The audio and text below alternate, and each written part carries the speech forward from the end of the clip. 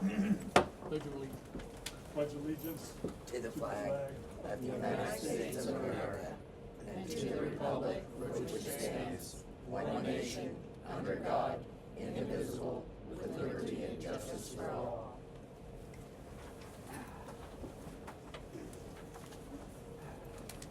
Good evening, members of the board, Hi. public.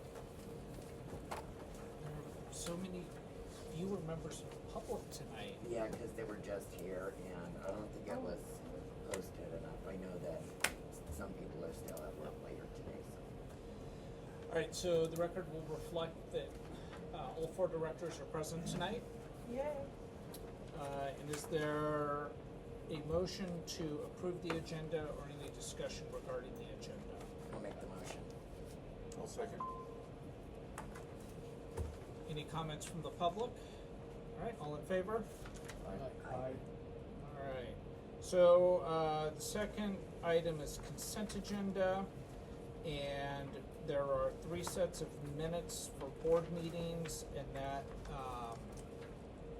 that is December 6th, November, 7 in and October. December. Oh, Oh, was October 9th, was there a 9th? Yes. November 7th and December 12th. has the board had an opportunity to review those minutes? Well, I have a question. Yep.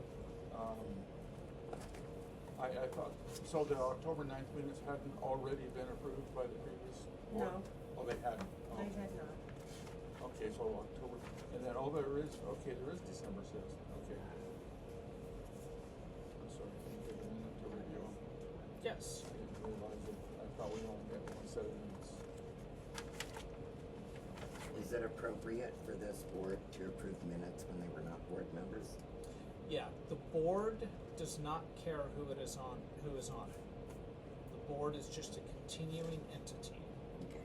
So, because the new members constitute a majority, if you don't approve them, we would never have approved minutes. So,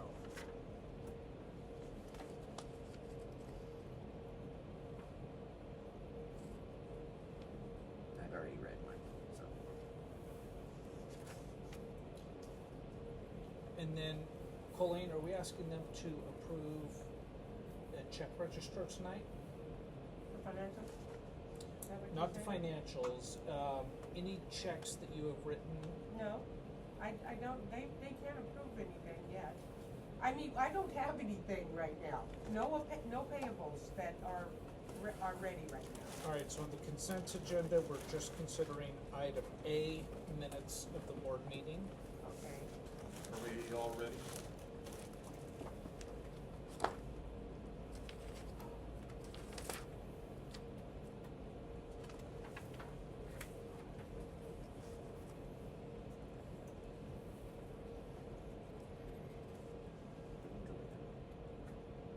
If you guys are ready, I just need a motion and a second. I'm gonna make, Okay? go ahead, I'll make the second. Okay, Elvie will second. Who made the motion? Lee made the motion, Okay. Elvie made the second. All right, all in favor? Aye. Okay.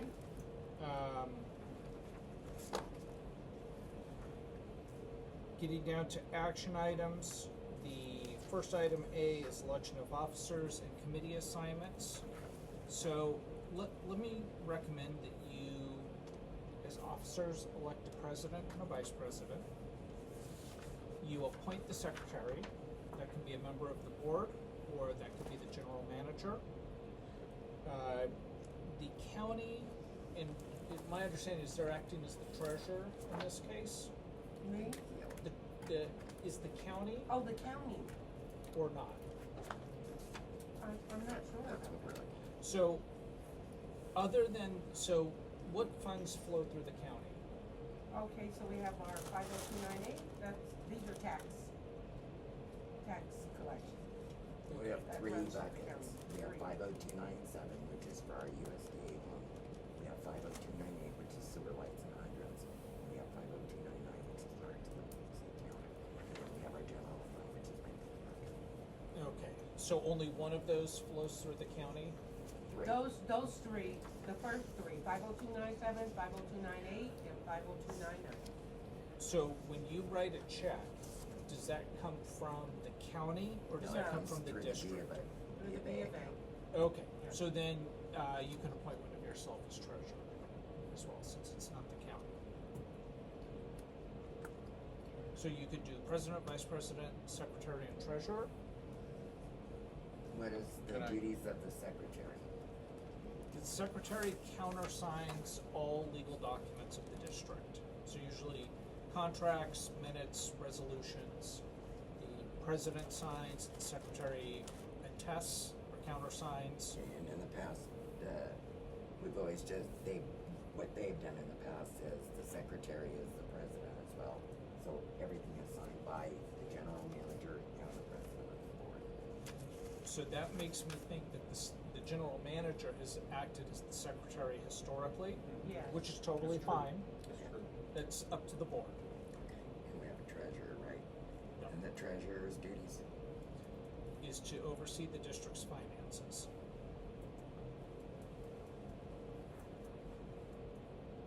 I don't know that we've ever really had, in the minutes that Bill was reading, I never really saw anybody listed as treasurer.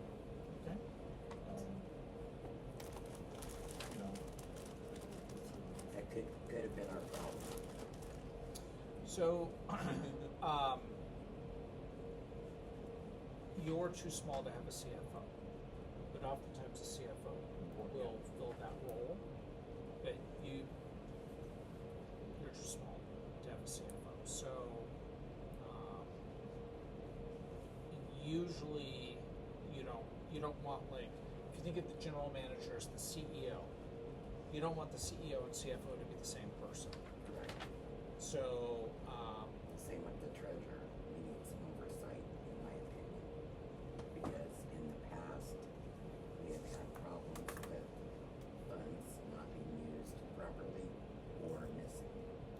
So and you guys are gonna get all that up to speed, with your financials and all of that, so for purposes of tonight and officers, what officers do you wanna go with? I like to nominate someone for something. Can I do that now? You can, or you can all discuss it and come to a consensus and vote on it, or you can handle it however you want. Okay. It's well, up to you. I would just like to start with saying that we've only had one board member that's been here for 2 years on the board. And I would like to see if Elvie would be interested in being the president. Well, I appreciate it, but I don't think so. I was gonna nominate Christie. And I will second that. I'll motion it. What's that? Christie for president. Okay, are there any others?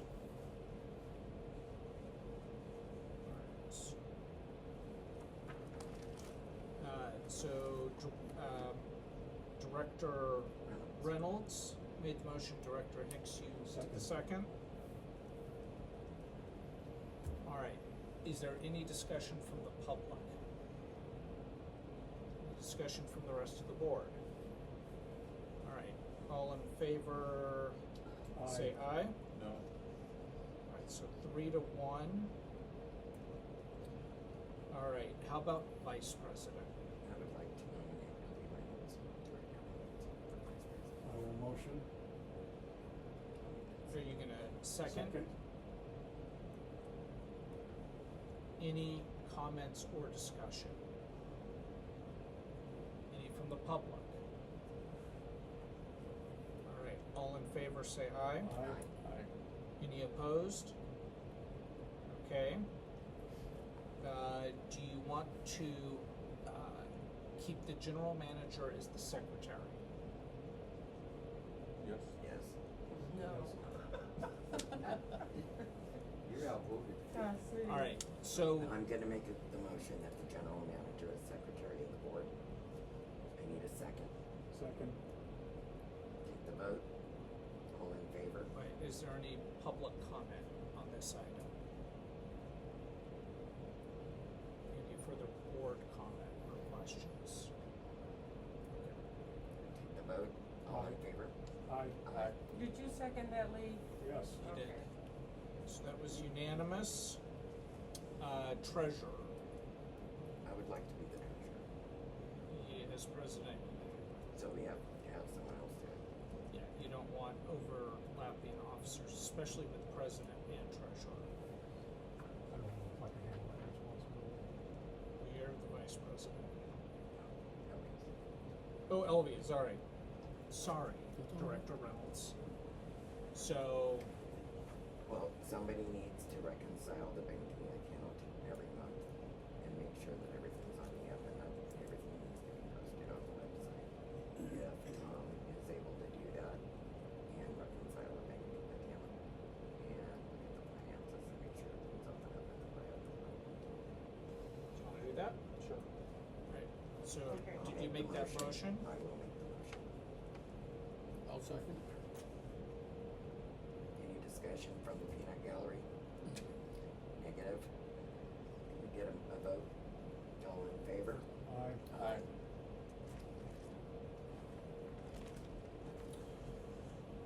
Alright, so the other item then was committees. Yes. So we briefly discussed this. And Director Thompson showed me your bylaws. Your bylaws are crazy with your committees. So I do not recommend, and we'll look at your bylaws, but I do not recommend following the bylaws. No, and it's too big, it doesn't need to be, and things can be consolidated. LV and I are already on the water committee from before. I would like to continue that, we need a sewer committee for sure. So let me suggest this. You have a governance committee that would oversee personnel and district policies and procedures. You have a finance committee. Hang on. Talk faster than I can write, go ahead. Well, I'm just gonna throw this out there and Yeah, then throw it you out, can throw talk it out, about throw it. it out. You have a finance committee chaired, by the way, the governance committee is usually chaired by the president. A finance committee is usually chaired by the treasurer, and then an operations or a facilities committee that would oversee the district's facilities. I'm sorry, I'm sorry, repeat all the three of those. Yeah, of course. Governance, which is usually chaired by the president. Okay. Finance, usually chaired by the treasurer, and then facilities. Committee can have 2 board members, no more than 2. If a third or fourth or fifth director desires to attend a committee meeting, they can attend only as a silent observer.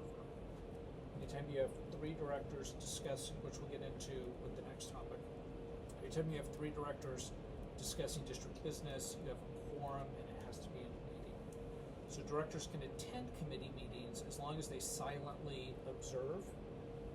No rolling the eyes, no No winking, interjection. no shrugging the shoulders, right? You're just there to listen and take in the information. So, but those are the 3 committees, and that's usually how they're structured.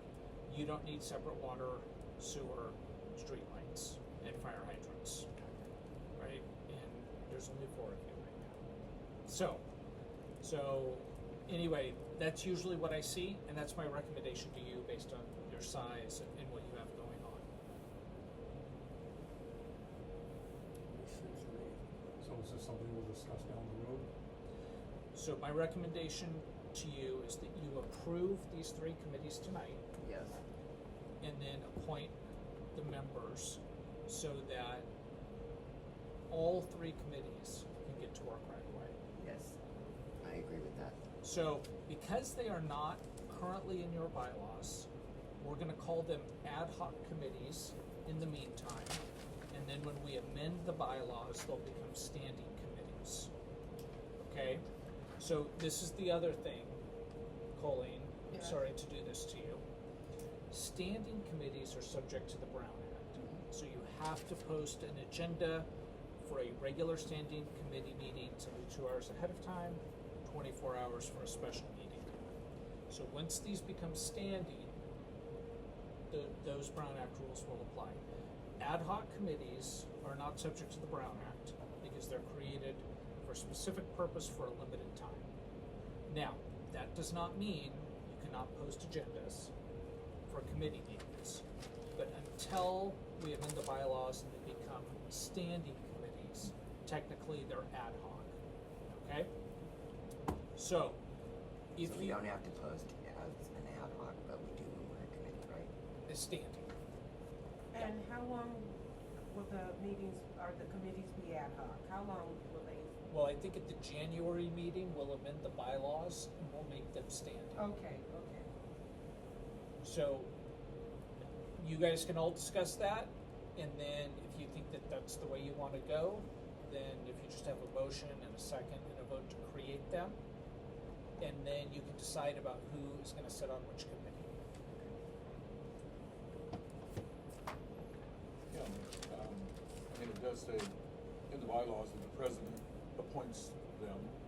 I would expect I would be on the finance committee, since I'm treasurer, and she's gonna be the governance, cause she's the boss. And, then facilities is, up for grabs.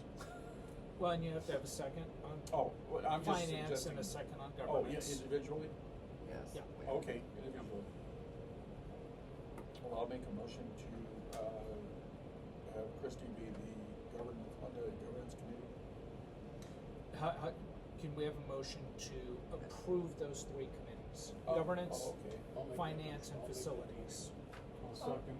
Oh, okay, so Elva, you made the motion? Okay. Lee second.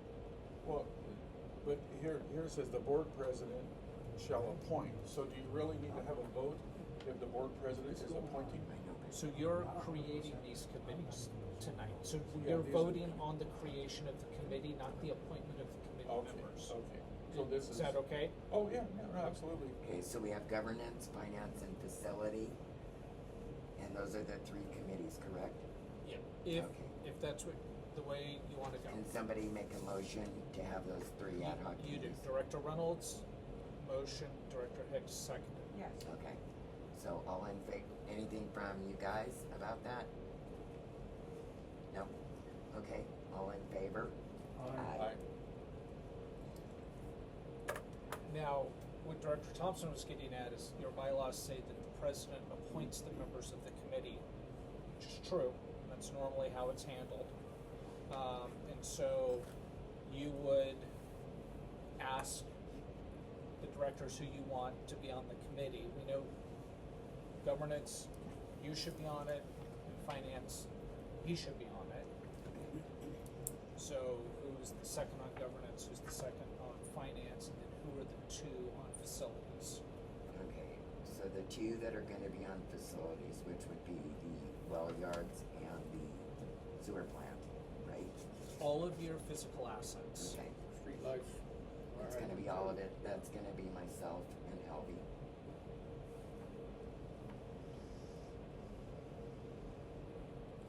Is that all right with you? That's fine. On finance, it's gonna be Tom and myself.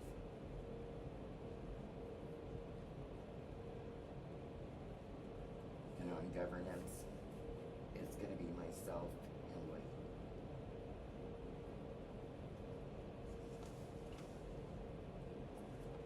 If I could ask, I'm not 100% right now. I want to take part in some of these things that need to be done, but I don't know where this is going and how long it's going to take me, and I'm facing another one in 6 months or 3 months.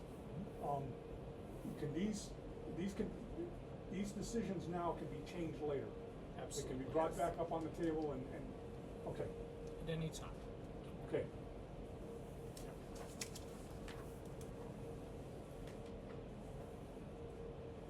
All right, so you have your officers, committees, and committee assignments. Congratulations.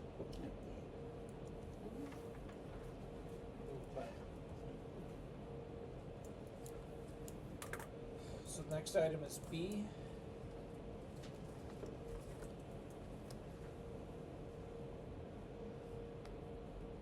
So, when Colleen asked for, agenda items from the board members, we looked at those, they were on the agenda, then we kind of consolidated them. So, the request for the Brown Act, ethics, and governing documents were all kind of consolidated under this item, item B. Usually how an agency is structured is you have bylaws that talk about how an agency is organized. You want your bylaws to remain the same over time. You don't want to be changing bylaws a lot. And so, in addition to bylaws, you then have policies and procedures. Policies and procedures are generally specific. They might talk about the well yard, sewer ponds. They might talk about the general manager's authority to make payments or approve contracts. You have a conflict of interest code. You have all of these different policies and procedures. I'm happy to go through your bylaws and see what's there. I suspect you'll probably want to update them significantly. So, what is the board's pleasure? We'd have a break. I would like to say that we probably would have to trust you to make, suggestions. I read through them and, okay. Is there anything, I couldn't come up with any changes except to committees. I wouldn't know. I mean, Christie might know. I don't know anybody else. They're old and outdated, some of the stuff in there.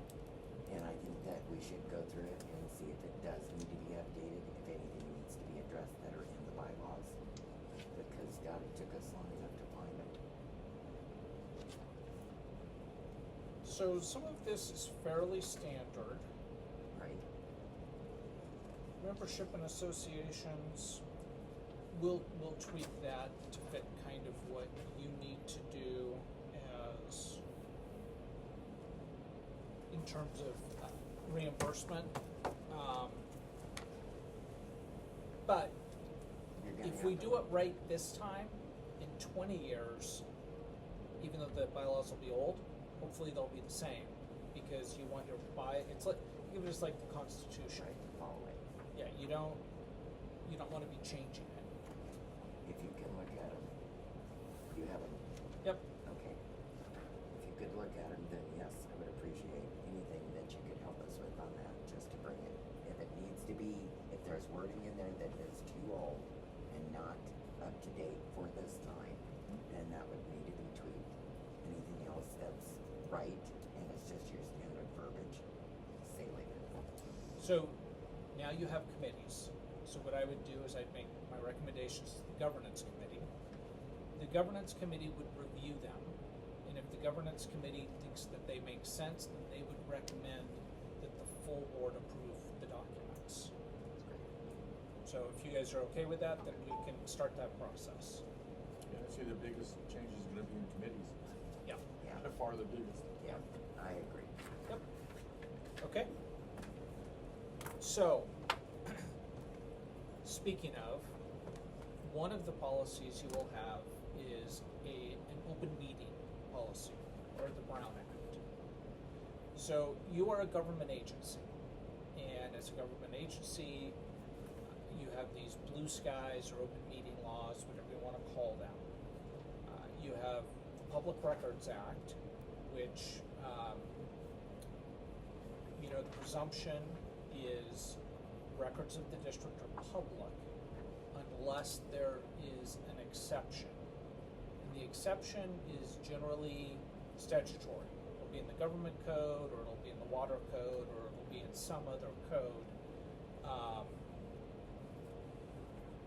But apart, if there's not a written exception, then generally the records have to be disclosed. Now for you guys, the main exception is going to be customer data, phone numbers, addresses, social security numbers.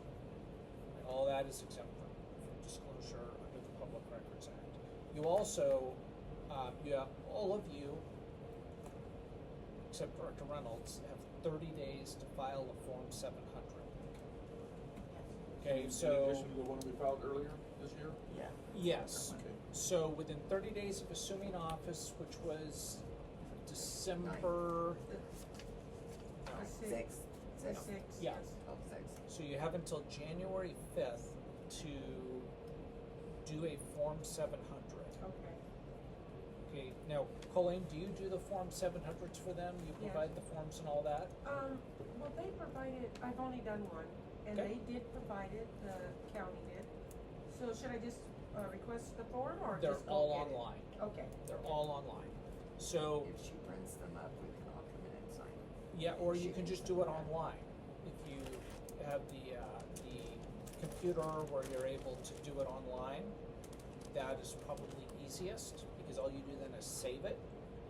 And Colleen, what is the website for that? it's the FPPC website.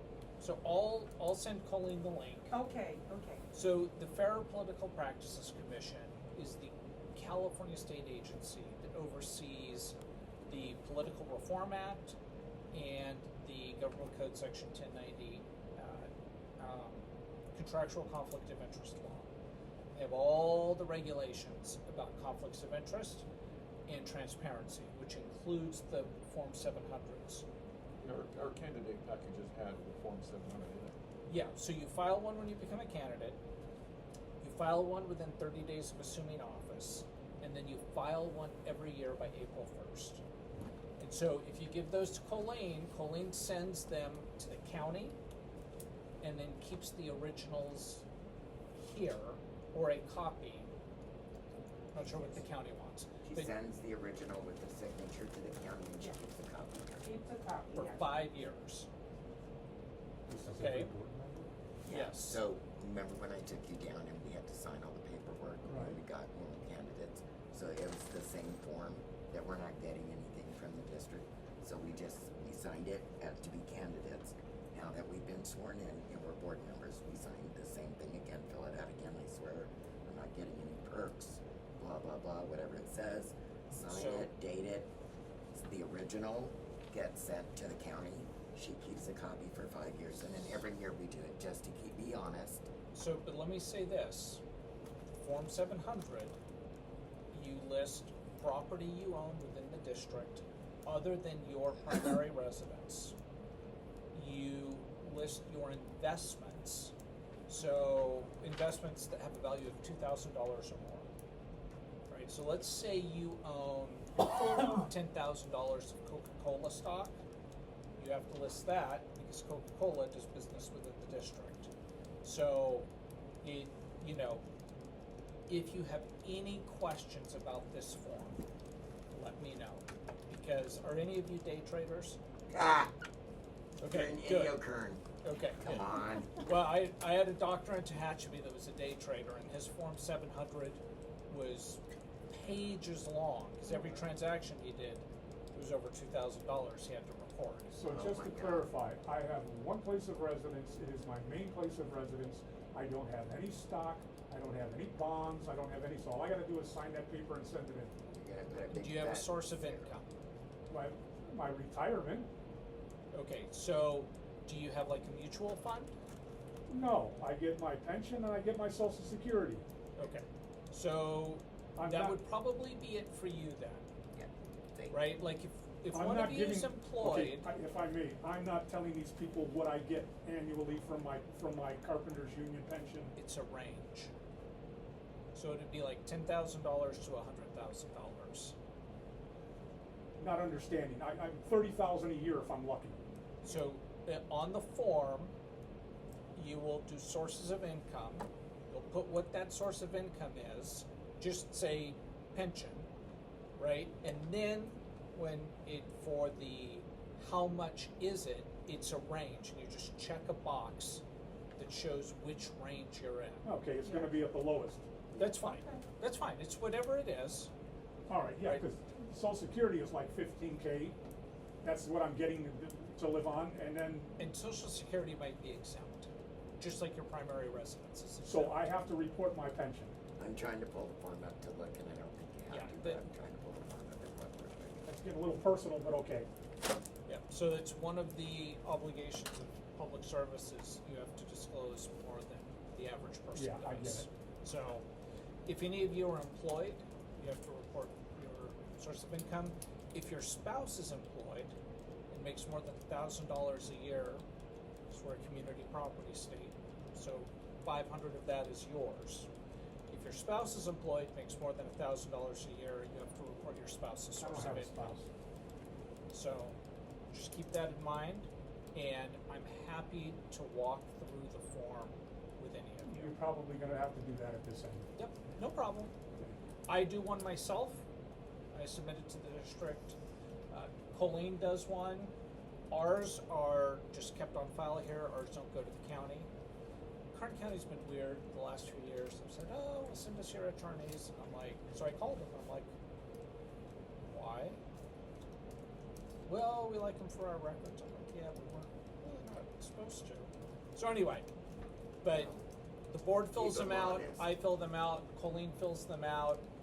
And then anyone else who is involved in the decision-making process for the expenditure of district funds, which means consultants, would have to fill one out as well. So this 700 form has to be filled out every year. It does. And usually, for most people, it's just, they take the prior year's form, do a new signature page and new date, because nothing has changed. I don't have any of those records. That would be kept down at the, So this will be your first one. Well, you did one when you became a candidate, right, which is kept down there. right? And you don't have a copy of that? I do not have a Then we'll copy. just do a new one for you. Yeah, they And didn't it won't give be a us- problem. Yeah, they didn't give it to us. Okay, Yep. They didn't give us anything.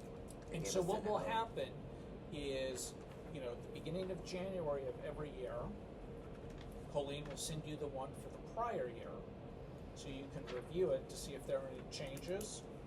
If there are no changes, you just do a new signature block and return it to her, and then she sends it to the county.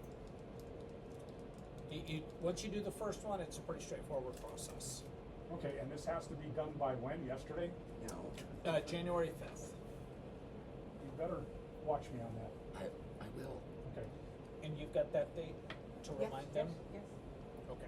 Well, we're gonna Colleen, do I it, we're actually gonna do it think- sooner, right? Cause you're gonna Yes. send me the link, we might as well get it done, right? Yes. Okay, Colleen, if we could just print them up, I let think the that'd board be members better. come in, fill them out, Yes. sign them, send the originals, make copies, keep copies, send the Yeah. originals to the county, and then we're all good. okay, that'll Okay. be good. Yeah, that's the way we did it in the past. And I will be with you, yes. And Lee, yeah, cause Lee doesn't like I'll handle computers. it, yes. Yeah. We went through this down at the election division. Okay. Lee is computer illiterate. Yeah, if we could just print that up. Lee really doesn't wanna be a pain in the ass, but Lee really doesn't wanna be here either. See, it's here. Okay, So let's talk about the Brown Act. So the Brown Act is the law that governs board meetings. What you can talk about in board meetings, what you can have board meetings, what you can't do in board meetings. So when we do ethics training, and maybe we'll schedule that for January since Please. you guys are all on boarding. The basic thing to remember is this. A quorum of directors, just 3 for this board, can only discuss district business in a properly noticed public meeting. Okay? So, that means 3 of you cannot get together, sit down here in the office or at someone's home and talk about it, or the local diner, or Classic Burgers, or whatever.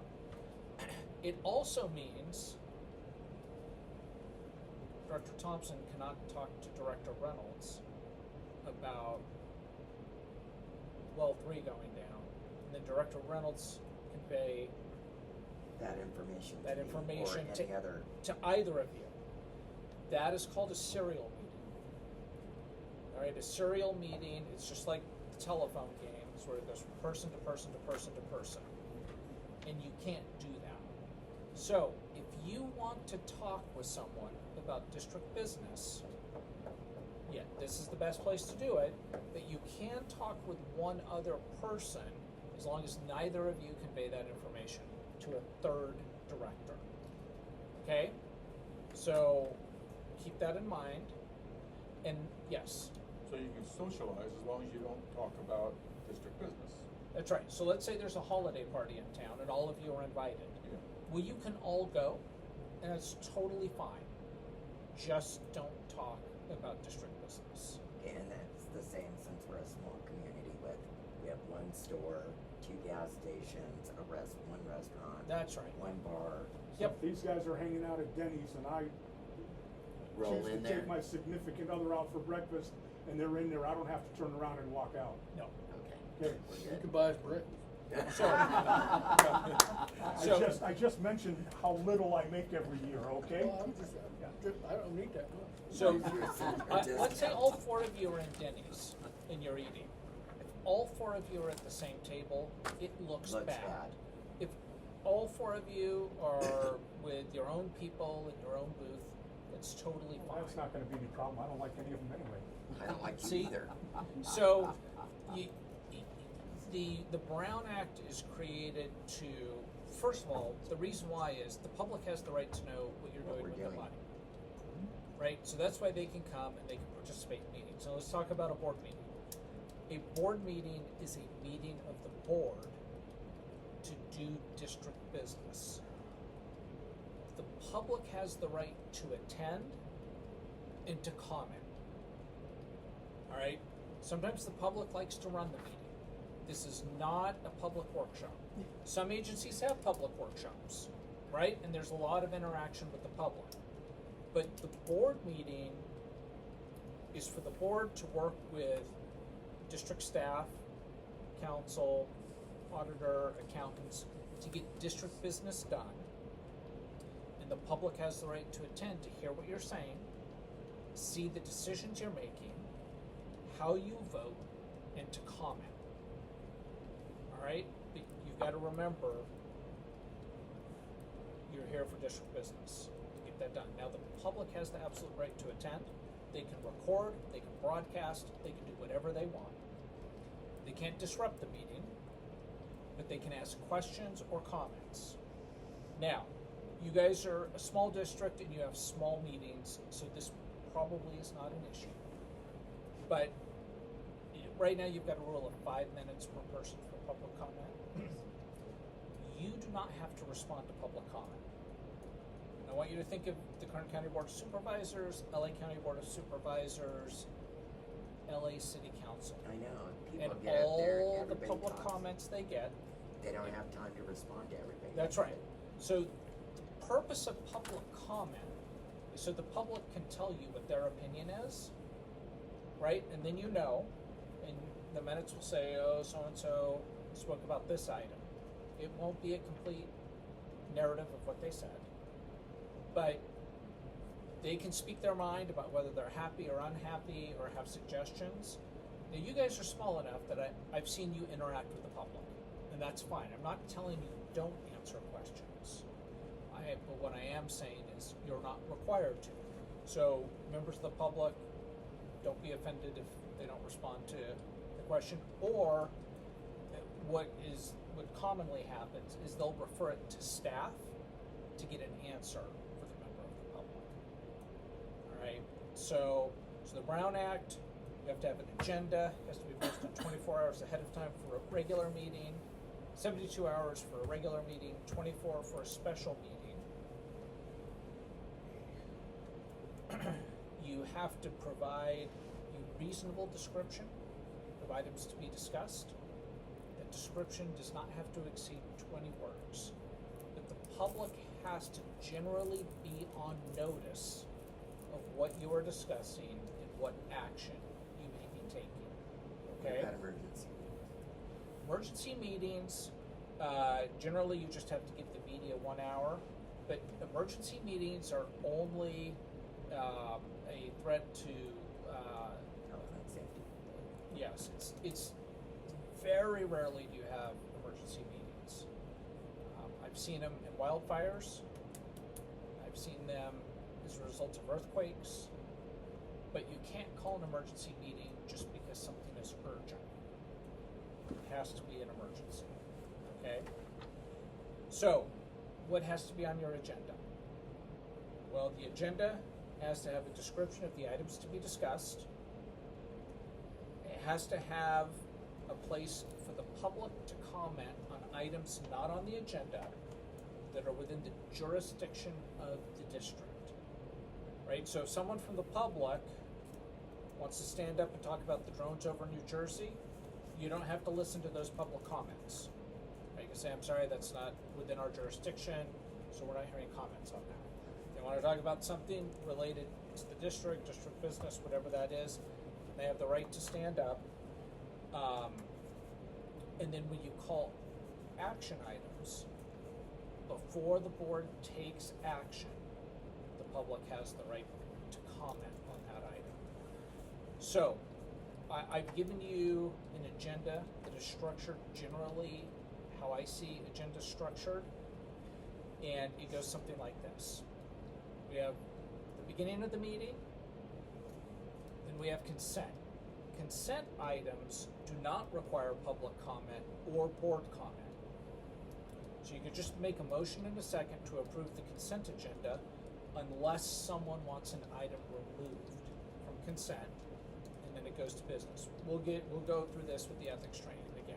So I have lots of questions. I'm just giving you a 30,000 foot overview right now. So Can don't we go back to the drones over New Jersey? Yeah, so You're don't- kind of scaring me. don't panic over this. Then you have your action items, and you take care of the district business. Then at the end, you have reports. Then you have public comments on items not on the agenda. The reason we do that at the end is because oftentimes, Comments again after the reports? yeah. So the public can comment on the agenda items, and then you have a public comment on items not on the agenda.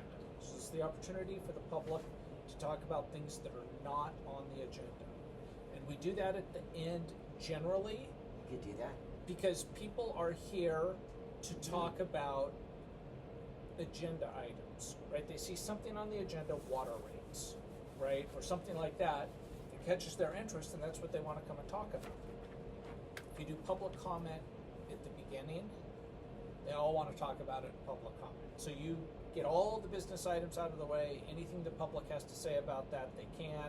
If they want to leave when their item of interest is done, they can leave. And then at the end, if there are any comments that are left over, you have public comments on items not on the agenda, and then you always end the meeting with board comments on items not on the agenda. That way the public has the right to full access and understanding of what the board is doing. They can hear the discussions between the board members, and they have the right to comment on it before you take action. So, there's a little sub procedure in there for individual action items. So we're talking about item 2 right now, governing documents, right? Brown Act is part of that. So, generally what will happen is the chair or the attorney or someone will say, all right, we're on item B, review of district governing documents, and we have the staff report, and I would say, yes, members of the board, we're reviewing the district's governing documents to see if there are any changes that need to be made, right? And I tell you what this item is about. Then we'll say, are there any public comments on this or questions? And then the public does their comment or question. We say, okay, if there are no more public comments or questions, are there any board comments or questions? That way you hear the concerns the public has before it comes to you and you're able to respond to that.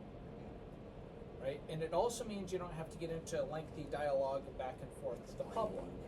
Right? Because you know that when the public comments are done, then it's going to be your turn to make your comments, ask your questions, and then there's a motion, a second, and a vote. Does that make sense?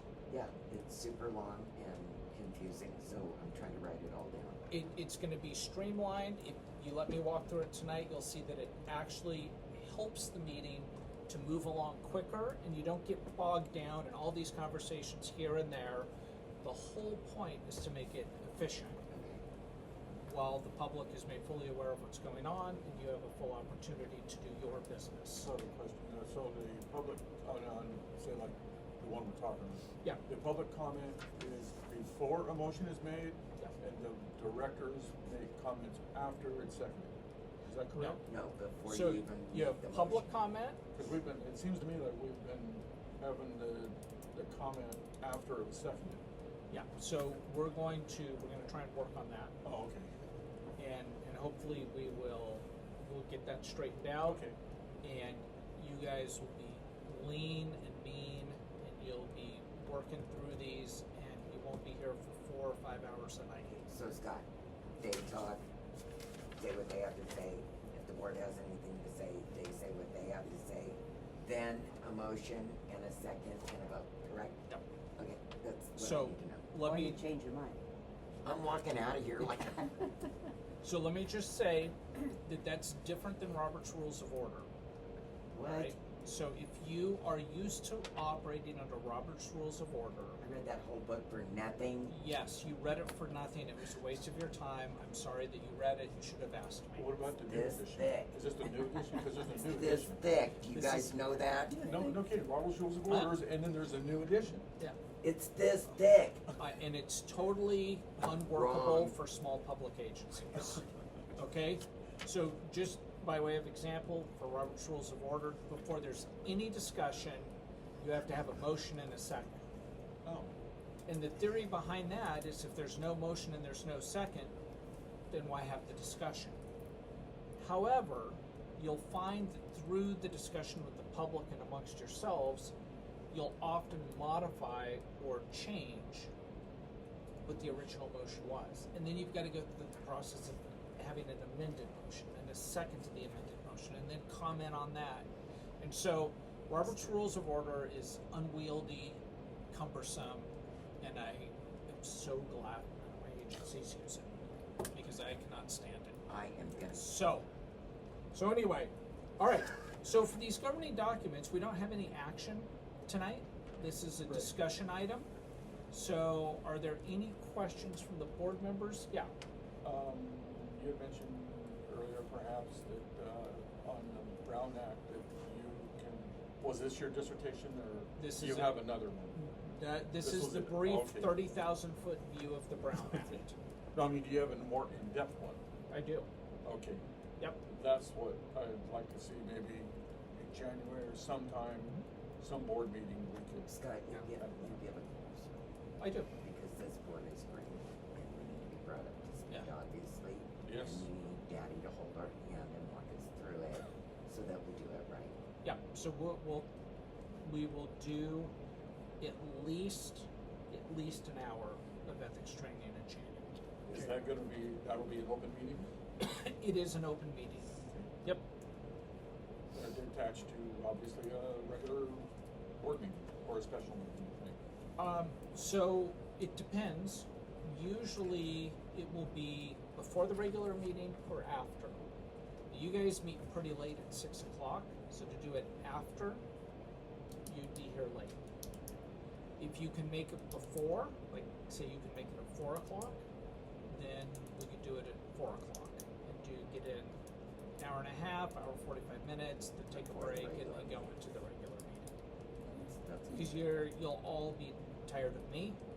And You'll be be tired tired of of us. hearing about ethics and all of that after 15 minutes. All right, All right. So we're, I'm sorry. All right. So, are there any other comments on review of governing documents? Not me. Okay. So let's go on to item C. Item C: status and approval of district financial reports. Colleen, that is you. Okay. Okay, well, I gave you guys the financial reports for this month. And, so do you have any questions? I do. Okay, go right ahead. I've got a bunch of them. Sorry. Okay. Hope we can all bear with this. On the start of the beginning, the operating income, you show, almost 14,000 income for the water meters. You don't know if that's normal, or is that low, or is that high? Is that what, I mean, that's not a good number, I don't think. I mean, we should be doing a lot more than that, right? Well, that means that what I do is, that means that you don't have any money coming in. That's not what I bill the people. No, I know, that's your Okay. income, that's what you actually Yeah, receive. that's it, yes. Okay, and that's very low because Yes. we're, okay, it would be nice to find out, I mean, I know it's not on here, but it'd be nice to eventually find out every month, okay, that's what we billed, I mean, that's what we received, how much did we bill? Okay, I can add that. And then the 40/20, the sewer and streetlights, is that money that we transfer from the tax? Yes. There's a fund that we transfer money to put it in the regular bank account? Yes. And that came out of 50298. Right, Yes. right, and I was surprised it was only 1,500. Is that because that was all there was No. in that account? Because that was all that was due for that month. Okay. Yeah. And then the Sidewinder uncategorized income from Sidewinder? Well, they pay us $52.50 every month. I don't know what that contract is all about. Because we let them have this here. Yes, in yes. the tower. Yes, so they actually pay our internet bill. Okay, and then down to payroll expenses, 5010, D1 operator, and office, 5200 roughly. That is going to theoretically at some point in time, sooner than later, really go up because we need more hours. In my esteemed opinion, we need more income for that. Or And- more people. Yeah, and then I see that our utility bill is 5,500, and that's an awful lot. It is a lot. Your utility bill it's like really hard to keep up with every month. I can't even pay it all. So you'll see it paid in little chunks all over the place every month. Can we see that? Not right now. But Okay. can we see that broken down as to well yard 1, the wastewater yard, the business here? I mean, I'd like to see that. Okay. And then, Yes. I'm sorry. Everything should be broke down. Yes, and presented it will to the be board. broke down. So, I'm working on that. Whatever Edison is for well 3, whatever it is for well 4, whatever it is for the sewer plant, whatever it is for the office, and whatever it is for streetlights. Yeah, we get a bill Do you separately know for what's in each place. 50297 and 50298 right now? Well, 50299 is. I didn't is- ask for 99. Oh, you I asked didn't? for What did you ask 97 for? and 98. Well, no, I won't give you a number because I don't know offhand right now what it is. That needs to be every month. so we Okay, know how much that's is in fine. there. Okay. Then the repair and maintenance of the district vehicle. We've got an old vehicle, and I'm surprised it's only $24. I'm just Well, we surprised. haven't done anything to that vehicle. The only Yeah, we reason need to, don't we? Is there a lot of repairs what it happened needs? is the brakes were getting making noise, and so Russ did it. He does his own work. Oh, I know, on your that's guys' like a truck. $500 That was for job just brake- for. Yes, yes. If He did them himself. So Russ took the job of a mechanic over Yes. from a D1 operator and took care of that for us. And then the certified waste operator, 1,500 a month. I mean, is that Well, is that all? Well, that was for only a half of a month because he started in the Okay. middle of the month. So is it going to be 3,000 a month? I Yes, thought it is. It's gonna because be we were 3,000 paying a month. almost 4,000. Yeah. Which is way too much, and so And I is talked. 3,000. Yeah, Okay. I tried to get it even lower than that, but anyway. Yeah. That's where we are right now. Okay, and then utilities, administrative utilities. Those are what $28. I know it's small, but I'll probably only ask you these questions once. What are those utilities for? $28. In there, that might be. I don't know right now. Okay, that's okay. It's like maybe the PG&E bill because it's really low, but it's gonna go up because now we're in winter.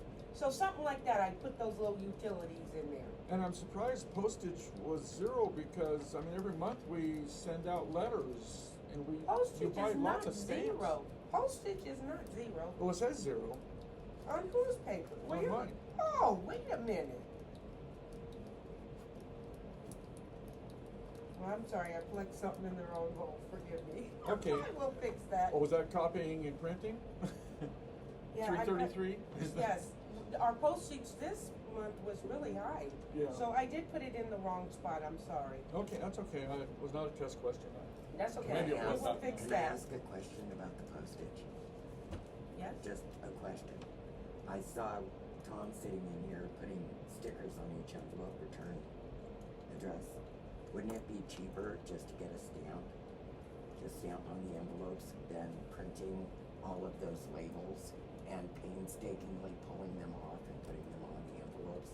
Wouldn't it be cheaper to just have a stamp made? We have with our the return? stamp. It's a pain in the butt to stamp all those. It's either just pull the label off, stick it on there. I'd get a new stamp then. Well, Well- what we need is we need equipment. We need to buy equipment. You need What I folding need machine. to We need a do folding is machine. probably take Or those, printed envelopes. or take Well, 500 envelopes into pack wrap and just have them print the Yeah. address There- on there- there. there's yeah. there's workarounds that, Yeah. that can be done. It's just Mhm. I'm free, you know, Yeah. until we get other volunteers in here.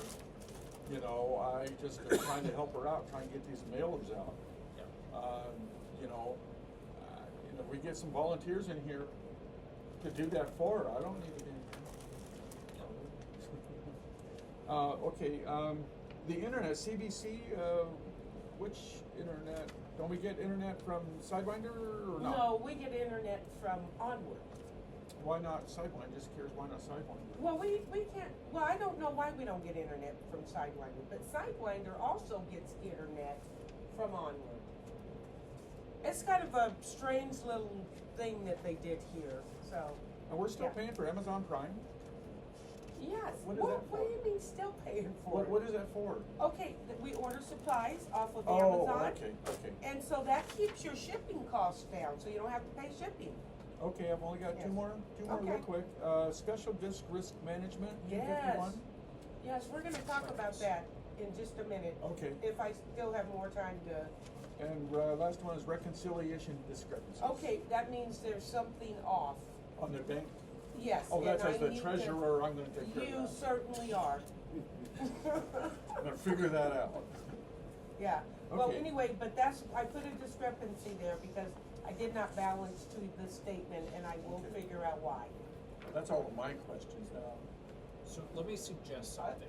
Okay, This report is a snapshot in time, yes, and it's a very limited report in its helpfulness. I think having every month a balance sheet, a statement of cash flows, and an income statement are what you should see. So the balance sheet would show all four accounts that you have. So it would show the total amount of money that you have, and then your total liabilities. So for instance, here, legal is 0, and I love all of you, but I know that your legal is not 0. Okay. We know that. We Right. know that. We So do the know balance that. sheet will show your liabilities, yeah. and, right, and then so those are the reports that you wanna see. Do those fall within the treasurer's purview? Yes. Yes. And the reason you're not seeing those is because when I took this job, your QuickBooks is $233,000 in the red. And so we need to figure out how to get a new starting point. Or I'm gonna imagine that, a lot of it has not been reconciled. I don't know how, I don't know. So, I'm not touching have- that. Right, so having someone who can go through QuickBooks and reconcile every transaction is very helpful. Yeah, that will be very helpful if someone So- can do that. Colleen, are I you think- experienced at QuickBooks? No, I'm not. No. I think when the auditors come in here, then they should be able to get you guys, I don't know if they're gonna touch that. They will not. No. Okay, so, So, is anyone good at QuickBooks? Well, I'm not proficient at it. I used to work QuickBooks when I had my business. That's been 12 years. It's probably gone through several changes since then. Yeah. So, well, I- you I'm know, not- and the I- other it would thing, just- I have tried to get training from QuickBooks. It's like pulling teeth. You almost have to go to the training itself. They don't really wanna work with you over the phone. We or can, on the I can work with computer. that. Okay, And that'll you be too, good, but yes. all of- I mean, there's all sorts of training. If I did make a Sites. suggestion, I actually did training. If you buy a CD-ROM that teaches you how to use the program, you download it on a Chrome Chromebook or another computer, and you go step by step, and it teaches you how to use that program. For $40, I think that the district. I bet you QuickBooks has a YouTube channel that tells you how to do it. They have tons of stuff, how to So- reconcile, how to start. Well, how I to will create tell an you account. this, I have not had time or luxury to do that. Yeah, I know. Yeah. So you do need your QuickBooks, your finances need to be brought up to speed. And No, yes. If it's in the red like that, it's because it hasn't been reconciled. Yeah. And if you go through every month and reconcile every month Yeah. with your Yeah. bank statements, you can get it to where it's not in the red. Yep. Someone just has to do that. Yes. Now, is that gonna conflict with the concept of not being involved in day-to-day operations? So if the board says, you know what, if you wanna go through and do that, then the board can let you do Well, that. as treasurer, if you're treasurer, Yep. I mean, don't you kinda Yep. have to do that? It makes sense if Okay. you're involved in it. Okay. And so, and we were given another computer, Yeah, so I'm gonna try and get that computer up and running. We have a, kind of a techie person here that's kinda helping me out, so, Good. okay, so, I'm sorry. go ahead, I'm sorry. Well, I was just gonna comment that, with all this nonsense gonna start going on, Colleen is gonna be inundated with things to do.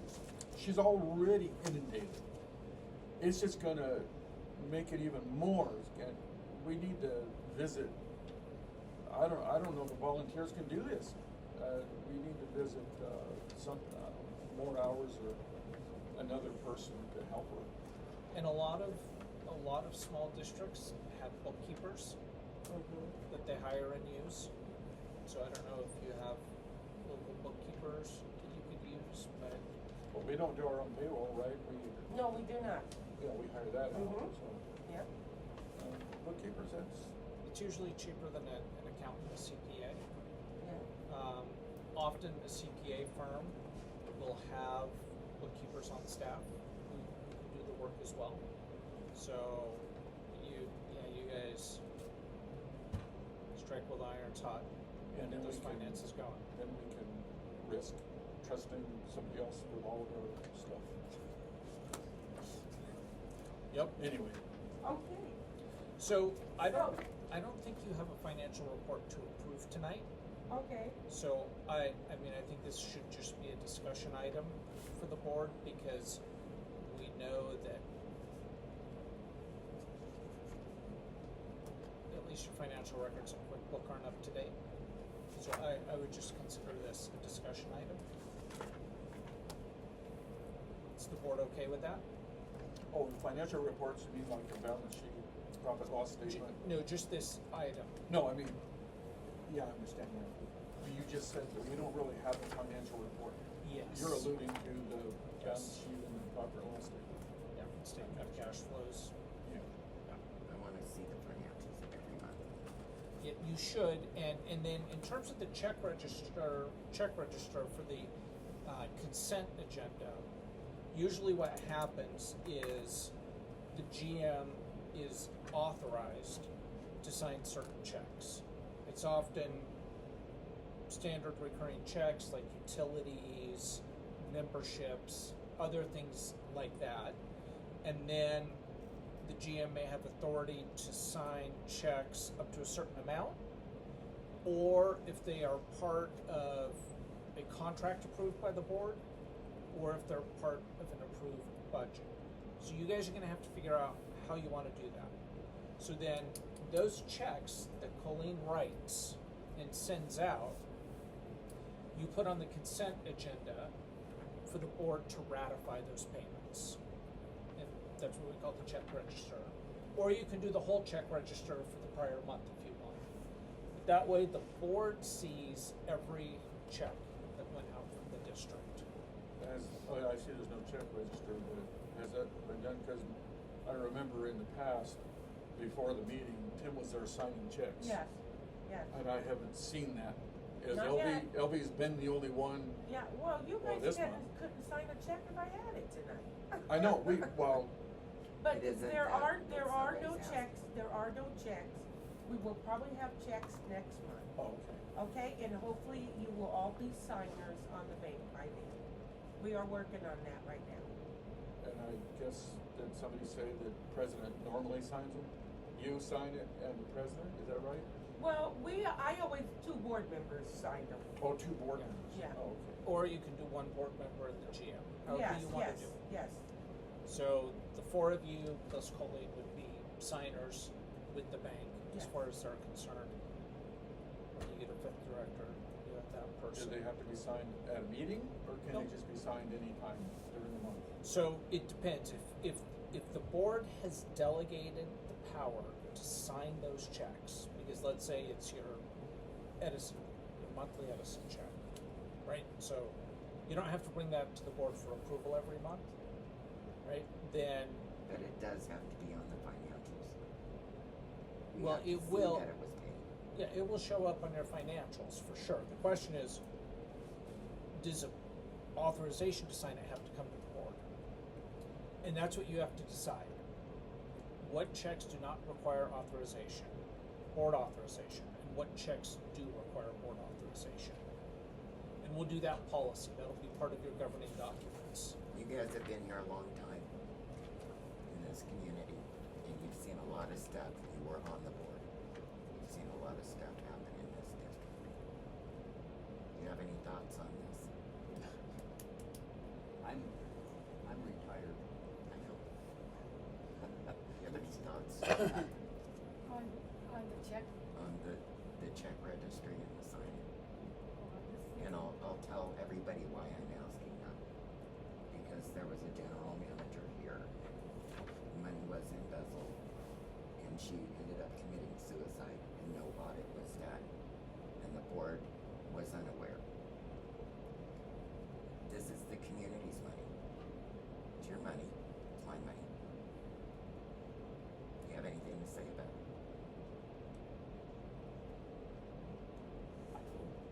well, I would like to see that more than one person knows what's going on.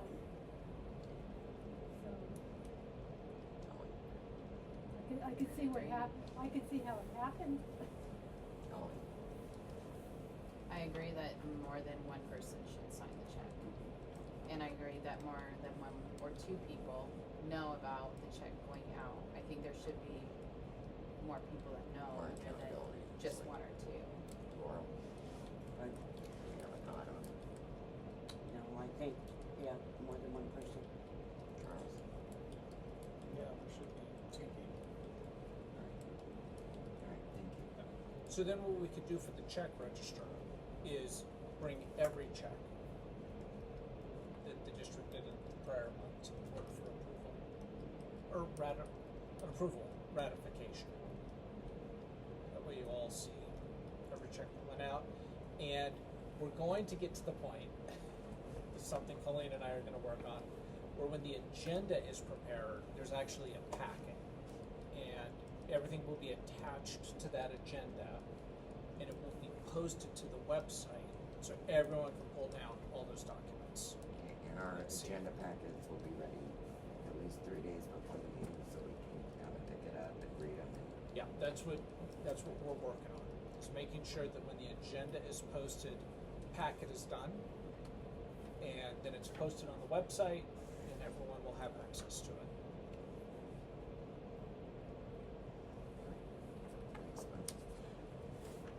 District audit, do we have an update on the district Not audit? yet. I did, email them today. I did not hear back from them. We are about ready for the audit as far as everything, being in order. They wanted all the stuff in order, cause the auditors are not gonna go through They're not. boxes. So I think I have like 1 more year or something like that to get ready. And then I've asked them when will the audit take place? Scott, I have a question. I know that the auditors are gonna correlate the minutes with the financials that have been presented in front of the board, that the board has approved to pay. That's not been done. At least the last 9 months, it certainly hasn't been done. What is that? So you have not done the minutes. So normally what happens is. I have not done what minutes? Normally, what happens is that you bring the financials, it's in our packet, in the board's packet. The board looks at it, they agree to approve, they approve to pay the bills. Yes. They sign the checks. Mhm. It's in the minutes. You have minutes that correlate with that month that shows the board has acknowledged those bills, approved And for I you to pay believe those. that they have done that. So what's gonna happen, whether it was done or not, there's going to be gaps and inconsistencies. Yes, and Janelle So- knows that there's no minutes for the last 9 months. That's showing fine, so that they're it's- just, they're, There are Right. minutes. I don't know what you're talking about, Christy. so. There are minutes. Your minutes are up to date. So Did you? those Colleen, minutes- Did you get the minutes that, Charles sent you? What? No. Did you send me minutes, Charles? Okay. Okay, so there's YouTube videos. I'm recording you right now. He Right. has showed me how to do that. The YouTube videos, if you hit more underneath the title, and then you go down to show transcript, and you hit that, it'll show every minute, everything that was said. It won't tell you the name of the person that's talking, but it'll tell you most of the words. Sometimes it gets a word wrong. And you can print that out, and you can watch the video, and you can write down who's talking, since you know everybody at the meeting. If there's a wrong word, you can correct You that. guys need a board secretary. Yeah, so let's talk You about do. this. I do not think that that's the way. That to go. is not necessary. That is not my recommendation. No. So the only thing that you are required by law to do is to have an account of actions taken. That is it. You don't have to write down any comments of anyone if you don't want to. You do who made the motion, who made the second, and how each director voted. And that is there a it. description of what it is that they It discussed? would be like approval of resolution such and such, motion by, seconded by, and that's why on the agenda here, it has how each of you voted on the item. That is all you need. It is not helpful to have full transcriptions of board meetings. And the only time I see that done is if you have a board that is divided, and for political reasons, they want their statements in the minutes. And it's a pain. And then you fight over the minutes. So I strongly recommend you do not do narrative minutes. Just keep a record of, you can have general descriptions like members of the public, or like 5 members of the public, or these members of the public voiced opposition to the resolution, these members of the public spoke in support of the resolution. That's all you need. You do not need narrative minutes. They're long, they take a long time, and 2 months later everyone's forgotten them, and it's just a pain. So I mean, you decide what you want. And if you want narrative minutes, you can do narrative minutes. But it is not legally required, and practically it's very cumbersome. You just need a record of actions taken. It's all the Brown Act and the law cares about. It's been helpful in the past to catch up, to see what was done, who said what they approved, what they didn't, So, who they sold it to. So well, as you far would say as that, stuff the minutes goes, would say the sale, let's say you declare your vehicle surplus property. There's a resolution declaring it surplus property, and then the minutes would record the general manager sold the vehicle to so-and-so. And you have a file on that. But, but I'm gonna offend all of you right now, and I'm terribly sorry. But no one cares what your opinion is. Okay? So like when courts review legislation or executive orders of the president or whatever, they never look at what the motive, intent, or what is publicly said by congressmen, assemblymen, senators, presidents. Because that's not the question. The question is what was done and who approved it and who disagreed with it. That's all anyone cares about. Okay, so will Janelle do the audit without a full transcript of the minutes? Is that because? I don't have any clients that do full transcript minutes. I don't have a single I client haven't that seen does that. anything that's been approved. Oh, we haven't got anything on the minutes where it's been We can go approved. back after the meeting and look, right, and figure out where we're I at just with the wanna make sure minutes. that Janelle is good, because if they come here and that's not done and she needs something like that. I will done, ask know them that all it's- the questions Just of let what they Colleen need. work with them on it. Yes, please. I But, just wanna but get the it thing done is, right. no one cares. Okay. And If she Since doesn't we need don't have approval. to do it, we might as well streamline this as easy as possible. Yes, I just wanna make sure that Janelle doesn't need it. to let do the Colleen audit. work with Janelle to figure out what Janelle needs. Colleen can tell her what she has. And if she says she wants something else, then you can figure that out. But I don't know a single agency that does narrative minutes. And I did have an agency that did it years, maybe 20 years ago, and it was because it was a 3-2 board, and they wanted to use what the other director said as ammunition for political purposes, and that's the only reason, and it drove the board secretary crazy. So, that's my 2 cents.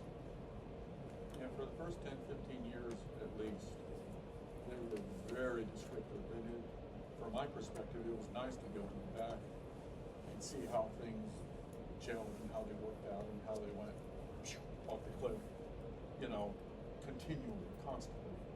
And the comments from a lot of people. It does give you a background of what happened. I will say this. I agree that the minutes are time consuming. It's a lot of paper, it's a lot of time, it's a lot of payroll. I get that, I agree with that. But it's news to this person and everybody else here that we're not getting any more minutes. That was a decision that wasn't made by the board, first of all. And second of all, the reason they were done, and they were done so quickly, is because she did dictation for the hospital for years. So she was quick, really quick at typing the list. Who? I'm talking about, well, before, even before Yeah, she, those that were whole the first kids. book Yeah. is huge, and it was before Pam, Yeah. you know, and when Pam was there, she did do detailed minutes, and like she said, you know, we both agree that it is nice to be able, now, I believe that when things are going good and everything's all copacetic, you're right. We don't really need all those detailed minutes, cause everything's going good, and we don't have a whole lot of So is stuff. that a decision the board needs to make now? I think the board should make that decision Okay. because it will determine how things move forward. Okay, I am gonna make the motion that the minutes will consist, it will not have the narrative of every single word said, but I do want a description, and I do want, the vote, who made the motion, who made the second, the vote, and if there's anything of substance that, a big conflict, then I want a notation put in there so we can refer back to it. Second. Can I get a vote? What did we get all that? Do you understand what they're asking for, Colleen? I do, and I'm doing exactly the way you told me to do Okay, it. so the minutes tonight, Colleen and I worked on. Are these minutes okay? We're gonna accept them, yes. If the other board members agree. we're Well, gonna you've already accept accepted them. Right, so we're gonna accept that format. Okay, is what all I'm right, saying. all right. So you're okay with I'm okay how with the tonight's were format, but written? if it's more detailed, like water rates, I want a little more in there. That we use Carl Brown's study for his rate study, I want a little more in there so we can refer back and go back and look at it, and especially if there's a conflict. I want a little more in there, instead of just Sure. going, yeah, I think it happened, in June. Yep, okay. That's fair. So that Yep. we can refer back, just so that the board and the general manager can refer back. But I agree that the minutes are completely time consuming. there's a lot of work to be done in this office, and minutes aren't the most important thing. They're important, but not the most important thing. Yeah. Okay. Okay, who made the motion and who did the second? I made the Murphy. motion, My second. Yes. and Okay. Hicks made the second. Public comment. Anybody have anything to say? Any other board comment? Well, Before then. it's because you jumped ahead of me. I mean, what was I supposed to do? I I wanted mean, them to talk to you. That's and that's okay. Sorry. That's okay. All right. All in favor? Aye. Any opposed? All right. So for purposes of the audit, the minutes will include the details that the board staffed. All right. All right. So now we're to item E: review of district permits, licenses, and facilities. So someone asked for this. I did. So what specifically are you I just wanna know, looking for? because John Bracken let us fall out of compliance with this sewer permit. I wanna know, are our permits current on our sewer plant now? Your sewer plant is current. Okay, and do we have permits for the well yard? Well yard is permitted And it's current, and is current. so we have 2 permits. Yes, and the generator permits should be on their way as I speak.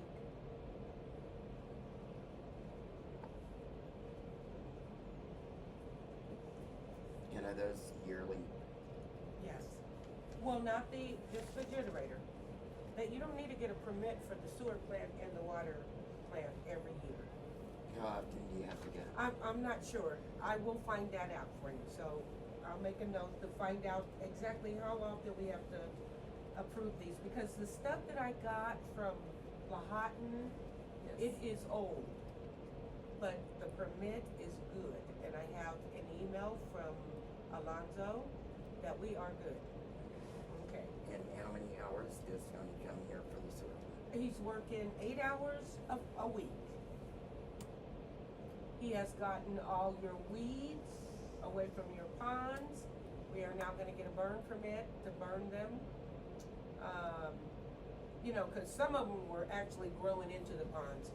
He's also gonna grade all around I don't know what I didn't even know those other ponds were out there. That's, The tertiary ones? yeah, so he's gonna weed around those. You'll be able to drive all the way around where the highway's at and everything. He's almost there.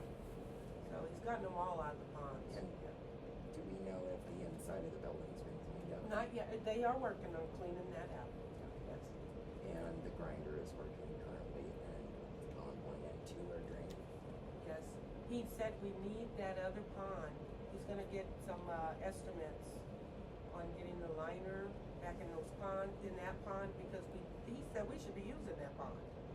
So. Do we know if it was capped off or if the line was? He didn't tell me any of that. Was the furniture taken out of the ponds? I don't know. I'll have to ask him. If There was a there's- chair in there and There was more than a chair in there. There's a some- skiff in the back on Yeah. pond 4, so they can take the skiff. oh, the skiff is out. I've Yes. seen it So then tied he's to a getting rope stuff there. Out of the Yeah. ponds. And then I heard that some kids had broken in and thrown Ew. rows of fencing in one of the ponds, and Miss Garrison got those all out of there. So why would anybody wanna, break into the sewer plant? That's just Because they don't know what's in there. They don't know what. Obviously, They their don't. smell is gone. Yeah. But they don't know what else is in there. So, We did have a break in there, Colleen, and the fence was cut down the back. well, we didn't know this until Tony was over there. When Tony started, he found the cut in the. We are waiting for an estimate. Our cameras are all in at the water at well 3, and they are going to give us an estimate to put some cameras out at the wastewater. To my fellow board members, we have a hydrovac truck that has been sitting in the sewer plant for years and is not working. We have a mechanic across the street that's willing to look at it. And this would be my suggestion. See if Alvin will go over, look at it, see if it's repairable, and how much it would take. If it's too much money, declare it surplus property, get rid of it, and then see if we can acquire a new hydrovac truck. Is that a motion? So this is just discussion. It's just a discussion. Yep, this is all It's just not on the discussion. agenda. It's just, since we were talking about the sewer, and it's been sitting there for years, growing moss, and nobody's looked at it to see what's wrong with it, and our lines have not been hydrovac. It's why it's why the cockroaches are here. It's why you get the smell. And the rats and yes. everything else. So, my suggestion would be for the board to just ponder this thought, is we have a mechanic that has volunteered to look at I it. say send them out there. And if it's salvageable and it's not a lot of money, maybe we can get it fixed. If it's shot, kaput, you can't fix it, get rid of it, declare it surplus property, and see if we can find another truck. Yeah, you can just ask the general manager to speak with that mechanic. That's it. You're good to go. Colleen, if you're not comfortable talking with Alvin, I'll go over and talk to him. I can talk to him. I know that, I think it was surplus item from, Ridgecrest, and, it was, acquired in the early to mid-90s. Yes. And, Wally had done a lot of work on it, and he just kinda gave up on trying to fix it, cause there was so much wrong with it. Now, it had been suggested, by a couple of the potential sewer plant operators that we've now hired one, that it's probably just a better idea to pay a service to come out and do it.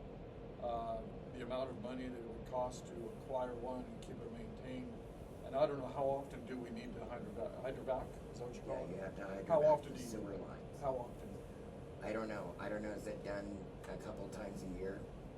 That'll be a question for Tony, I'll write that down. If you could ask Find him, that out. So, how often? It is an albatross, and it has been sitting there doing nothing. Been 20 years since we had it done. Now, I know I don't think it's been 20 years, because, they had a backup over at the restaurant. I believe they hired somebody at that point that Yeah, I was gonna say, did- it wasn't done by that truck, cause that truck's No, not operating that for truck, 30 they years. hired a service, I Yeah. forgot the name of the service that I heard that they did that, I don't know what year that was in either, No, so. just, let's see how often that is. No, is that Joel regularly cleaning the grease trap over Yeah, I there? think they were doing that, And well, then I he's think bringing you they the- are cleaning the grease traps, they're not pouring it in there But anymore. he's bringing you the permit showing you that he is. Oh, no, I actually haven't, have that done. I didn't know that he has a permit, I will look at No, that. but he's a restaurant. Yes, He has okay, a hood. yes, for He has the- a fryer, he has grease traps Yeah, by law for the health department. He has to have that professionally well, cleaned. the health department probably keeps up with that. He has to professionally have that cleaned, and then he gets a certificate. Okay, And he needs to bring you a copy of the certificate to prove that he's had it done, because he cannot pour that grease down our sewer.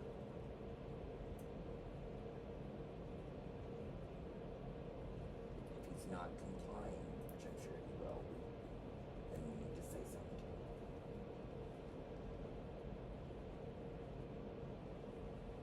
That is my wheelhouse, restaurant bar. All right, do we have any other discussion about permits, licenses, and facilities? All right, this is an info item as well, so no action is required. Land purchase sale policy. That was me. Okay, I requested that be put on there.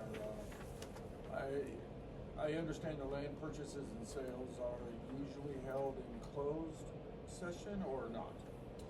so when we start to negotiate for a specific piece of property, then yes, we do that in closed session. If you wanna talk generally about a policy, that's open session. Okay, so that's just what I wanted to put out there, that we should probably, at some point in time, not necessarily today, but sometime, have a chance to go over that, come over the policy about, if you're gonna sell, do all this, do all that, and not just have your best buddy come in and say, hey, I wanna pay you $1 for it. Are you talking about, for real property or personal? Like Real equipment? property, real property. So there's a law you have to follow. Right, okay. Before you can sell real property. Right, okay, so that's what I wanna Yeah. find out about, find out what the rules and regulations Yeah. are for And purchasing Scott, you and would selling. handle that for us, cause Yeah. that's a legal issue, is it not? So what happens is you declare the property surplus to the needs of the district. Well, not necessarily surplus, it would have to be surplus? So what that means is you don't need it. It's not necessary for district operations any longer. Okay. So it's. Kinda like the we- frog farm was.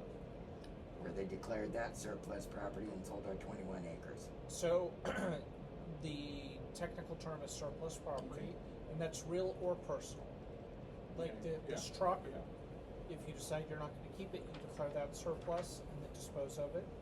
So with real property, what you do is you declare it surplus, and then there are like 15 government agencies you have to offer the property to first.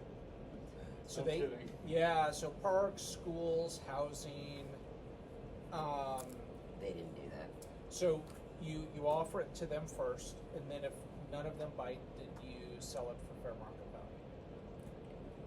So there's a whole, yeah, and similarly, if someone wants to dedicate land to the district, it is a tax write-off under Internal Revenue Code.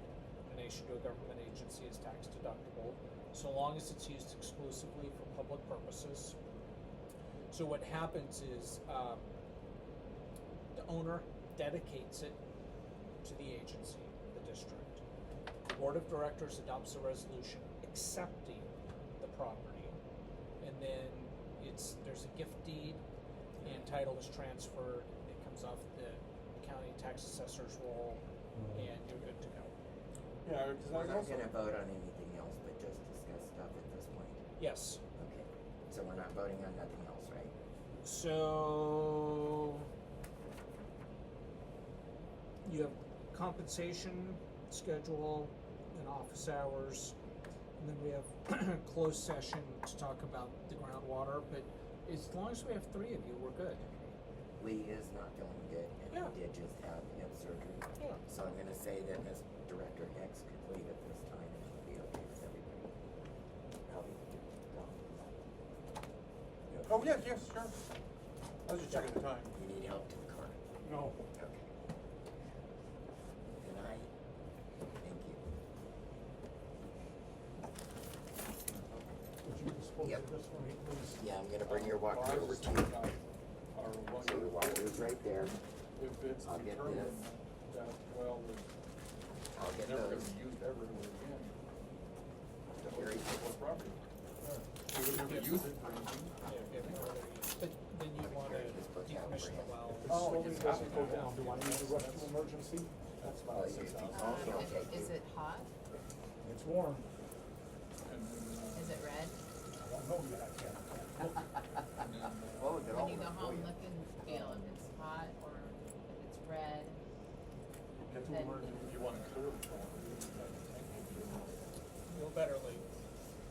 Thanks, Elsie. Yeah. And if you're getting a fever, Yeah, I mean, I just, and then also purchase, what do we have? Also purchase, see what we have, so wait, no, back. That's what I was for a potty break. So, yeah, Oh, so to stripping. purchase property, the board just has to decide they wanna purchase it. Just put it in the sink in the And then bathroom. you negotiate with the owner. You're making me run all over. I'm so sorry, but where are you gonna put it? I was gonna put it in the trash. Just put it, no, cause then it's gonna make a mess. Make an offer of purchase, you have to do. Generally, you get an appraisal. Right. I hate you. Yeah. I hate you. No, people don't know what you're like. The best is to get someone I to sit dedicate here. it for free, and then they I'm like, get the where's tax Diesel? deduction. Oh, he's out. He's right there. For like 5 minutes, I'm like, he's not moving. He was over at this side. She's like, oh, he's going to the bathroom. He wasn't even there. She made me stare for 5 minutes. Right. Let's wait for Elvie to come back in. Sorry, Lee was, I just thought I was upsetting him. no, he twisted it, the battery went out on his car, and he junked it himself. And he twisted his leg that he had the surgery. Yeah, he said at the beginning of the meeting that you probably have to, he was hoping it was a short meeting. Yes. Well, he just had it done. He's been waiting to get it done for months, and then they finally approved it. So in February, they'll have the one. This has Maybe. gotta heal first. Come on. Yeah, he said after this, no way. But you guys don't realize how tall he is. When he can stand up straight, he's like almost 7 foot. So I mean, he's huge. So, but he's been over all the time, so it does make a difference. We'll see if he gets the second one. I hope he does. Does Albie need help getting in the car? I don't He's know. kind of an old guy himself. That's why I'm just gonna sit Yeah. here. Well, Albie's not been out at the hospital but 6 months. So because you, was he gonna take over, right? And he tried. Let's just adjourn the meeting and go home.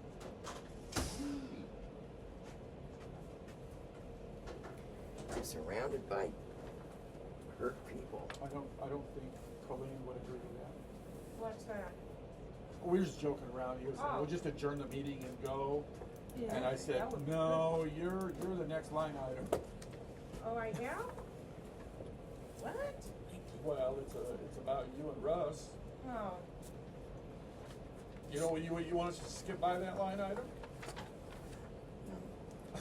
So for property, you have land and you have personal property, right? And when you're selling land, you have a statutory procedure you have to follow. When you're buying land, you just generally get an appraisal and negotiate the deal. With personal property equipment, you go through the surplus. If you're getting rid of it, you go through the surplus property process, and then usually what you do is you authorize the general manager to dispose of it in a manner that's in the best interest of the district, and you might put a notice up on the website or the local paper asking for sealed bids, and you accept the bid that's in the best interest of the district. And then if you can't, then you dispose of it however you can. Right? Sometimes some things are so old that no one wants nobody them. wants Well, that's Anything that's been donated to the district needs to be acknowledged, right? So what happens is if something is donated to the district, because that's a tax write-off, the district does a letter that acknowledges receipt. If it's real property, you have to do a resolution accepting it. The county will require that. You do a letter acknowledging receipt of the property and what it is. The district does not put a value on that, right? So if the person who donates it wants to take the tax write-off for it, it's up to them and their CPA to figure out what that is. Right, but you just say, yes, you've donated 3 Dell computers to us, 3 2022 Dell computers to us that are used. We will use them exclusively for the public purposes of the district. Thank you for your donation. So at the next meeting, we'll do that. The general manager can do that. The board doesn't have to do that. She can't do it, she wouldn't let me bring it here. I'll work with her on it. Thank you. It's just a straightforward letter, and So we have, when I can bring it, we have new desks, new chairs, 2 new towers, Dell towers, 3 monitors, and a stand-up copier. yeah. So the only ones who really have an issue are the directors, right? Because if you're doing it for a tax write-off, No, it was donated. yes, it was donated. So whoever donated it, we would send this letter to them. It's It's under called Wellbeing. Internal Revenue Code Section 170. This is tax deductible. It's being used exclusively for public purposes. And I think we Please should talk with your acknowledge them as well. tax advisor. Well, you can. Yeah, in a letter, thank you for donating those. Yeah, with a letter that would be, the district appreciates your Yeah, donation. I love it though when a person tells me they got a new vehicle and it's like a 2010. new to them. Yes. But, I mean, are these, items, are they brand new, or are they just new to us? They're new to us. They were in Caldwell Realtor Bank, So they're not that Caldwell old? Banker Realty. They're not that, cause these are like 50 years old or something like that. Russ is really bad, Yeah. I have a brand new computer right there, I just need Charles can come and look at them Texas Charles anytime. the house. Yeah. Okay, Charles, you can come down to the house. I We- have them in the garage. We just don't want to value them. okay. We leave that up to the donor. Yeah. We just acknowledge receipt of it. No, and I'm aware that we're gonna need computers in here So, and better office equipment. yeah. So I was grateful for the donation. Yeah, it's great whenever you can get a donation. So that's really not really an action item. Nope. It's just info. Yep, that's info as well. But it's different than land. The principle's roughly the same, the procedure's a little different. Yep. All right, so item G, employee compensation and schedule. So, let me just say this, because a lot of people don't understand this, but public employees do not have an expectation of privacy in their compensation. It is public. So, like when you do an employee evaluation, you go into closed session and you do that evaluation. If based on that evaluation, you want to increase the pay for that employee, you have to go back into open session to approve the pay increase. Pay decreases are considered disciplinary action, and there's a separate process you have to go through for that. But for instance, you could probably go on Transparent California and find the salary of the general manager, plant operator, and all that. None of that is confidential or secret. People who come from the private world and the public world don't understand that No, Janet's and is freak on there. out. But I've seen it, that's yeah. the courts have ruled that way over and over and over for decades. Yeah, I was So- just wanting to make sure that our employees are paid according to what they're supposed to, not cheap, because it's Inyokern. I think that they should be paid according to what they should be paid. And whatever that is, I don't know, that's why I wanted that part of this employee compensation on here. So let's talk about this for a minute. So there is a relatively new California law went into effect in 2023 that employers are supposed to post their pay scales on their website. They're supposed to be publicly available. So one of the many things we're going to do is come up with a personnel policy for you, and that personnel policy is going to include a wage scale for district employees. Great. Okay? And then when the board sets the compensation for the employee, it's somewhere in that range. Great. Okay? So that it's not, you don't know the set amount, you just know it's within the range, right? No. Like I said, when you set the compensation, it has to be done in public. Oh, It's a it does. public record. So The we public have to has the say- right to know, so you have to say, we're paying them $20 an hour, $25 an hour, $50 an hour, whatever it is. And then if Transparent California sends you a Public Records Act request saying, we want the information for the general manager compensation, you take their base compensation plus benefits plus overtime to get their fully loaded cost. And if you go onto Transparent California, you'll see that. I'm sure the city of Ridgecrest, all of the city employees are on there, although it'll be by job title. It won't be by name. Okay. So what about when someone has two job titles, like general manager and secretary? Well, she's not compensated for being secretary. She's compensated for being general manager. Okay. Part And of her so, do I need duties to as be here? part of the duties of the general manager is to serve as secretary. So total compensation contemplates that that's part So of it. in her position should be labeled general manager. Yep. And she should be paid as general manager. Yes. Now, the pay for general manager varies based on location, size, experience. There are any number of factors that you take into account when you consider what a specific employee employee is paid. And you can compare yourself to other districts of similar size. Boron, CSD, Desert Lakes, North Edwards Water District, though it's in receivership now, is my understanding. So you can see what other similarly sized agencies are paying their employees. So that's the policy that you're gonna start working on and start getting together for us, or? So I'm gonna say, here's your personnel policy. Part of it is your salary range. What is your salary range? You guys will decide what that is.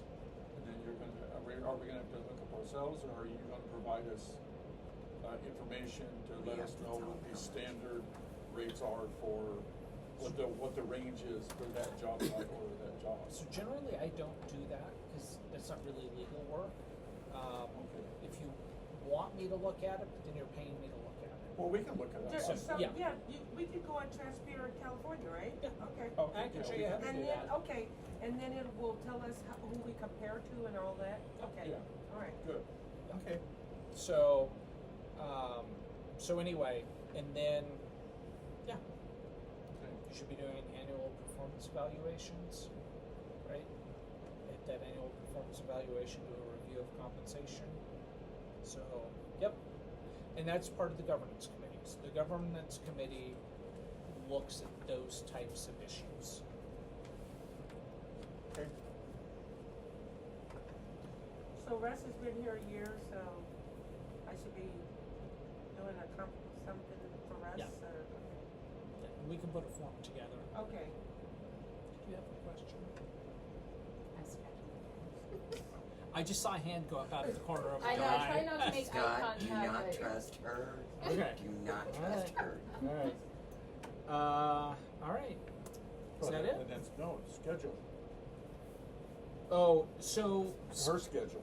I was thinking pay schedule. So are you talking about hours? Well, and compensation and schedule, right? This is where we're, your schedule, your work schedule? So is Were that you part wanting of to talk regular about the work office hours? I'm sorry, I thought you were wanting to talk about the work schedule and, Well, being open one certain thing days. I or- was thinking about is, So we'll do that in director. it would be nice to have one day. Oh, I'm sorry, I'm sorry, that's the next line item. Oh, I'm sorry. Are we ready to go on to office hours? All right. I don't know. So what are your office hours now? Well, the office actually opens from 10 to 3. Yeah, Monday so. through Thursday? Monday through Thursday, yeah, but I'm here.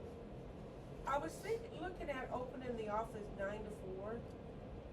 And, but I don't know, we'll see.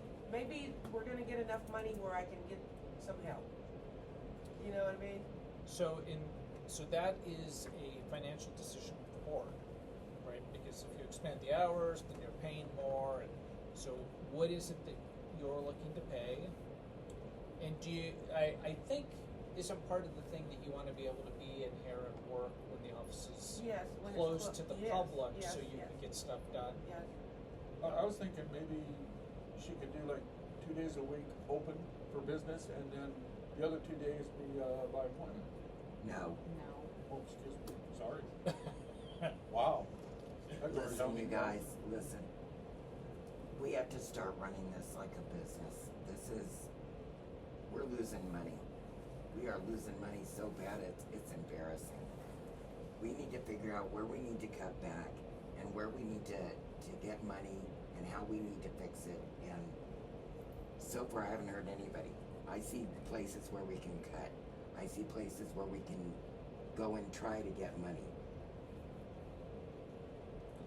So what? If Colleen is not here, if those doors are not open, we are not open for business, which means we are not taking in any money. So I look at it this way. You walk into a bar and you want a drink, but the bartender's not there. She's off that day. You're not getting a drink, the bar's not making no money. It's free drinks. Well, for With you, your own, right? Yeah, but you can't the more, call in a drink. the You can more- call in a payment, but you can't call in a drink. But if the office isn't open, the phone won't be. So she would be here. she's here, it's just not open to the public. But you guys, I've you had should people have, complain because they've come by here, the door's locked, they can't get in, they can't make a payment. I don't know when that is. I hardly ever leave this place. Even for lunch, I sit here. So I'm not really sure what they are talking about. and you can look at putting payment options on your website. And they have payment options on the website, and a lot of people use Allpay. What website? Allpay. No, the CSD dash, what is the website? Oh, which Charles? website are you talking about? I'm talking about to make a payment. If the door's It's not gonna- Allpay. Yes. But I just now know this. So Okay. what I'm saying is the public obviously doesn't know that you can pay it online. Oh, yes, there's a lot of people that use Allpay. But I'm telling you, I don't. This but is it's the first been a time bit- I've heard about it. Oh, well, it was available before I came here, so okay, but But- yes, you can use Allpay. I'll But give does you a, everybody know that? oh, yes, they do. So, and I so will you get put most it- of the payments through Allpay rather than coming in. Is I that get what a you're saying? lot of Trying to payments through tell her. Allpay, a lot of payments They through don't know about the checks. website or Not very Facebook much or cash Allpay. at all. Those Or are the even that people there's need help to come in. pay with the local. Okay, If they're 'cause gonna pay I've never cash. seen anything Laurel, say on something. paper or sent to me Nobody's going saying to that community, knock that on I can doors. make It's my on payment your online. bill talk to to people. tell you how to pay it on Allpay. I just look at the amount and because the district is here, we come in. Yeah. But, okay. Laurel Can you didn't know create about it. Can you create QR codes for Allpay? I don't think I'm they not, have I'm looking at, Me? Oh, you, yeah, I can- okay, yeah. okay. Because, look, something to do is to create a QR code, put it in the front window, and then someone just goes up and goes to Allpay from that QR code, right? Can you do that, Charles? Yeah. Yes. There are so many easy ways to pay But these the thing days. is, like I told you, is getting out to the public, getting the information out. And we're not. We're failing. So, okay, so you can put flyers in the bills, you can put it on the bill, She said as if it is on the bill. you can put posters in the front window, and it's pretty easy to get, the Facebook page, I understand the district has a Facebook page. Do it there, do it on the website, you have all The district sorts. does the district really have a Facebook page, or is that? There's two. The original one, Carl Dory has control of, and he will contact us. And then Charles, you started another one, correct? So we need to make that one go around and make that go viral. So whether it's on what's going on in Inyokern or the other Inyokern page, and if you guys, the young people around town, can share it, so that we can get people on that Facebook page, that would be great. But we do have a lot of older people Established. I was just that thinking live that here, the older Yeah. people, they don't and they don't have go the on technology Facebook. or whatever, so coming in Yeah. is what they wanna do, right? Cause that's all they've known how to do is That's pay right. by cash. They come in and write a check. Not even really credit cards anymore, Yeah. or They whatever. wanna write a check, they wanna see their bill, they wanna do their checkbook, so there are people still like that here. So I What about get that having too. hours, like, instead of that time frame of 10 to 3 or 9 to 3 or whatever it is, instead of having those hours, do different hours, so that way people do have a chance to come in and pay maybe when they get off of work. What Or hours were you thinking? she's already doing what, 5? So just do, One day could be a late day for those that Yeah. don't work. You tried or that after like 5, I people tried get that. off at 5. You No tried one that. came here. I I No one stayed came open in. until think the 6. problem with Now, I the can late tell you day guys is that right nobody's now, here I on am Friday. not staying here until 6 o'clock in the winter. It is this, I'm not gonna be out here in the dark, so, We could try 5. Do you guys have a Dropbox for yes, payments? we do have a Dropbox. Only thing I don't want in the Dropbox is cash. Unless somebody builds me a top for it, so that nobody else can open it but me. Is it all outside? It's not like a Should be. It letter should be slot in that there. comes It's inside? outside, yeah, they just drop it in the box and it comes in. The box is Oh, inside. yeah, Yeah. okay. You can buy The a box is box that inside. you just, Okay. you can We buy could get a in a locked box. Okay, with a well, we'll key. get, then we'll get one of those and put it on there, okay? By the way, on the Allpay, there is a small fee. Oh, is there 1.5% or something Yeah, like it's that. small fee, yes. a convenience fee? Yeah, well, that's what they pay. Same with PG&E, $1.35. But we live right here, so. So in terms of office hours, is there a change to office hours or not? Well, hopefully no, I don't think so, but hopefully when we get more income and we can have somebody come in to help, then that will help alleviate, because one of our problems is getting work done. And then with all this other stuff that we're gonna be adding to it, she's really gonna have even more work that she's gonna do. Hopefully we won't add a lot. Hopefully we'll streamline it. Okay. So it'll be. Well, we just took the minutes out, that's gonna free up a bunch of time. I know that because I've actually looked at somebody doing it. I have And never if- typed, and if- I have never typed the minutes like that. I checked with Scott to see what was needed, and that's all I've ever done. But So you guys have minutes from every meeting that they've had since I've Okay, been what here. we have is a description and what the outcome of the motion and the second and the vote was. We don't actually have minutes. Right, you don't So- have narrative Right, minutes. correct. And that is something that changed without board approval, without anybody even knowing. So that's why it was an issue, because, there's no minutes, there's no financials. So the financial thing has to change, that has to be in every director's Well, book. and we've talked about that. Yep. And I agree, it's a lot of work on the narrative, which is why we voted the way we did to take that out. But when it comes to bigger issues, I do want a little more narrative. And if Tom's helping with the finances or QuickBook, maybe that'll get things going. Yeah. So. All right. So nothing else for office hours. Colleen, did you want that? Did you want to talk? Oh, you wanted to talk about having a day where you just like being open Tuesday, Wednesday, Thursday. Is that what you're saying? no, I'll go ahead, if the public would like me to be here from 10 to 3, open from 10 to 3, Monday and Thursday, Monday through Thursday, that's fine. Now let me ask That's this. 5 hours a day. So let Now me. you told me you have 30 hours a week. I am here between 8 and 8:30, and I go home at 4 o'clock. I usually don't close the door till 4 o'clock. Even though the hours after, say, 10 to 3, I usually don't leave here until 4 o'clock. So you're doing 8-hour days. Well, 8 to 4, and, then I have a half an hour lunch If that I you take usually it. don't ever take. Sometimes she doesn't take it all the time. Yeah. So 7.5 hours. Yeah. I did 4 learn days. that she was authorized by the board to do 8 hours a day, 40 hours a week. Yes, I was, yeah. But she's just not. Well, not doing only it that, you like guys this. couldn't even pay me what I'm getting, Wait a minute. you know? Who authorized 40 hours a week? When I was hired, they authorized me to work 40 hours a week. The board did. Okay, it's my understanding you declined that offer and accepted 30 No, I said hours. if I need to work over 30 hours, I will. But I do not want to work a full 40 hours every week, is what I told them.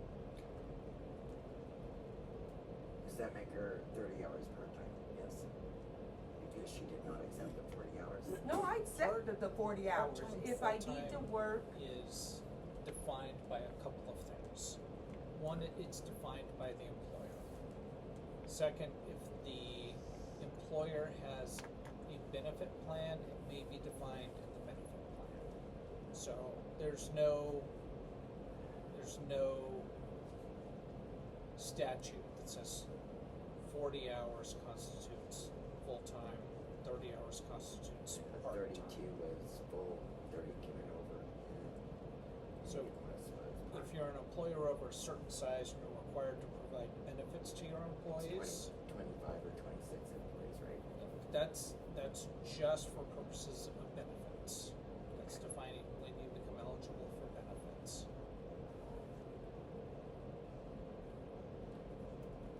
Generally, and I think that the benefits is 25 or more employees. employees. So, It might be 25 and below is no benefits, or it's the amount of employees that are at the company, right? so it's up to if it's under 25, it's up to the employer. So And then over that is so state or. whether you call her part-time or full-time, I don't know. legally It does not matter. It does not matter, because I Legally don't does get not any matter. benefits anyway. If you had a health plan that said employees 32 hours or more, then it would matter. You get holidays though, right? Well, holidays, yeah, that's it, yeah. Yeah. Yeah, it's So because of the government thing, right? you guys decide. You decide. The only thing you don't decide is sick. She gets 5 days or 40 hours of sick leave every year. And there's no vacation time, or is there? It's up to you. There's no Well, I don't know law. what it is. What it was is. the sick leave that you said? 5 days or 40 hours. A year. Yeah. So because you work 30-hour weeks, roughly, you get 40 hours and not 5 days. Oh, wow, well, see, I learned something that I didn't know. And that's That's just like, y'all don't know about all paid, That's required by I have never California paid law. myself for being sick, that's required by California law. okay? So- Or rest, I have never But paid rest for does being that work? sick. That starts after the 1 year mark, right? No, it No. starts after 30 days. Yeah, really? All, They think if it's you not guys don't have a open sick now. policy, I will send you a sick leave policy. Yeah, if you could. Okay. Yes. Because I haven't seen anything like that. Yeah, okay, we'll do a sick leave. And then vacation is not required. It's Yeah. entirely up to the board. There's nothing in here. So, and I'm talking paid vacation. Right? You know, Well, he Christie, I needs to think I've take seen time an off, employee she can take handbook. time off. Yes, I think I've seen an employee. that's fine, I don't have to be Say, I think, Colleen, have you seen an employee handbook? No. I saw one. Anybody got the CSDA stamp or the CSD standards? It wasn't a CSD employee handbook. I saw one. I'd like to see that, the standards, but. Now, there is something that's not on the agenda that I need to talk about real quick. We can't talk about Oh, we items that are can't. not on the agenda. Well, Well, there you're was gonna- something on the agenda for accounts payable, receivable, did we take that off? That's the financials. But you Oh, still have a that was under report the to, financials. Do you you still have a report to do. It's next, right? Yeah. Oh, okay, then I'll do that in my report. Yeah. Okay. Okay. So just, I wanna be clear on the hours. On when the office is open. and 10 to when she's- 3, the office is open from 10 to 3, Monday through Thursday.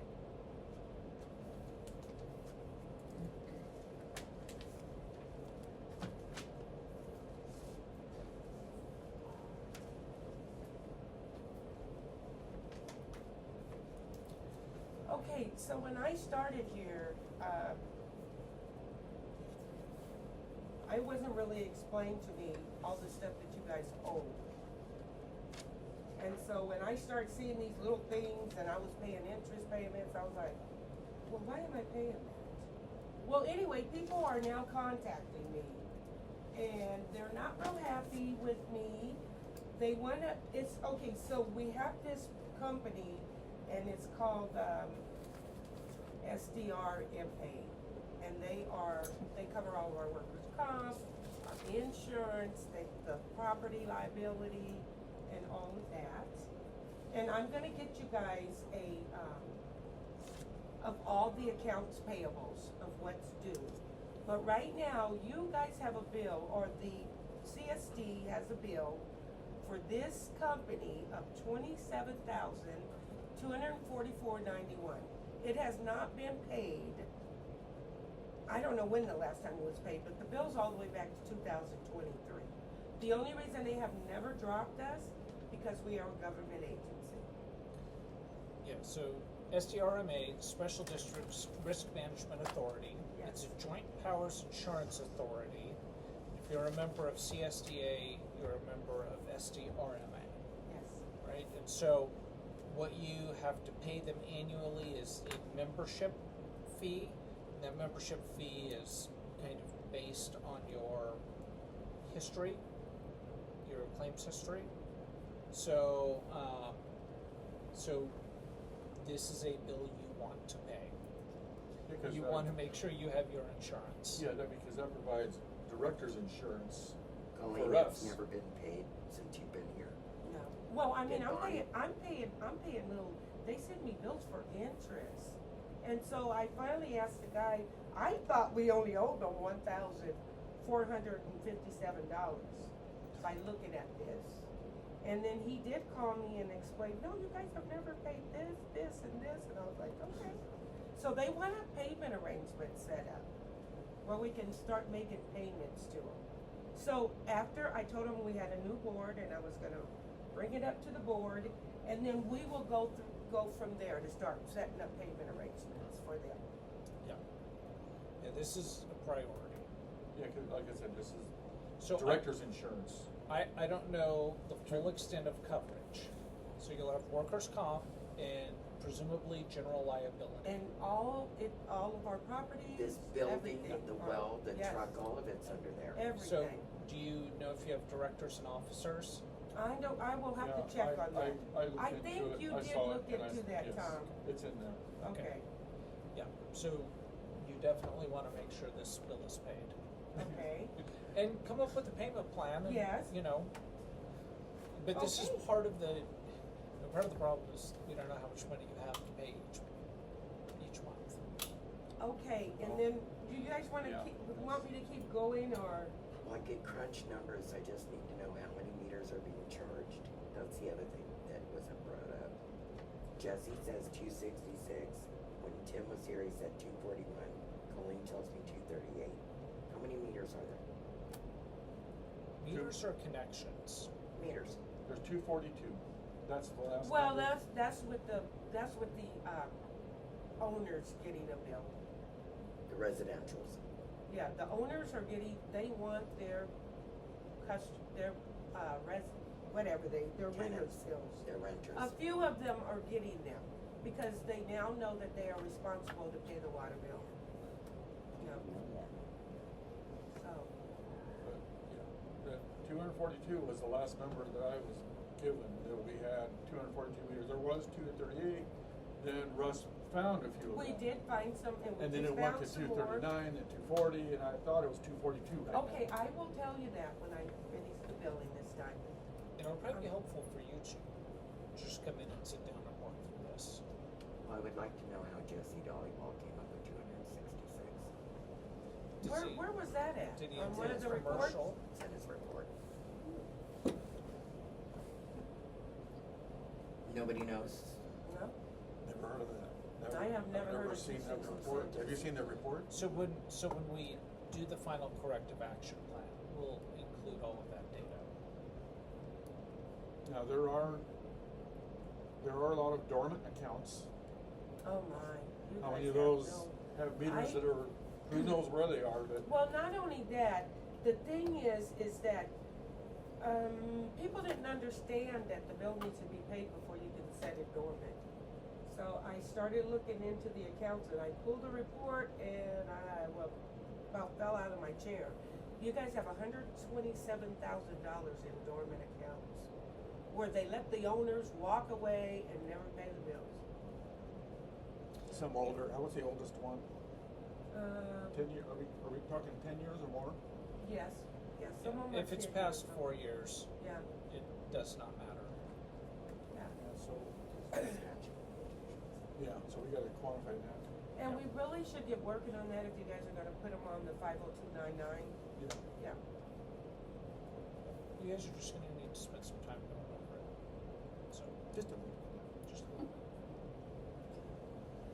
bit. And so anyway, I will, the other thing is Kira. I have gotta start making payments to Kira. What is Karen? That's the retirement for one of you, one of the. Sarah. Casera, okay, Casera, yeah. Yeah, and so one bill from 2023 is $12,000, and the current year is $14,000. So who gets retired? John Sullivan. Sullivan. So Yeah, there's one, we got one guy gets a retirement check. yeah. He's He been was doing that. vested. He was a county inspector when he started here. He was already vested in. So he's the only one. So we'll need to talk with the county Is he about still that. alive? Okay, they want payment arrangements. I didn't think so, I was gonna Or bring they're that going up. to send it to their. He's working on Ridgecrest. Yeah. For And them. I'll talk with their Okay. legal, Him or but his son? I think I know we're Ken gonna, is. Wait a minute, wait a minute, wait a minute. Order, I'm gonna John Silliman is the one that gets the retirement. Is I it bel- John Sullivan? Yes, I would Okay, like for you to okay. look into that because I believe John Silliman has passed away. The easiest way to find out would be to call his son Ken over at IWVWD. I can call Ken. So are I you know telling me Ken Ken very never well. worked here? Ken worked here when Pam was here in the beginning, but he was never vested into the retirement. But his dad was, because his dad was already into the system. Now I can find all the details out for sure. But if it's John Silliman, which is what I saw on the paperwork, he passed away. Am I correct?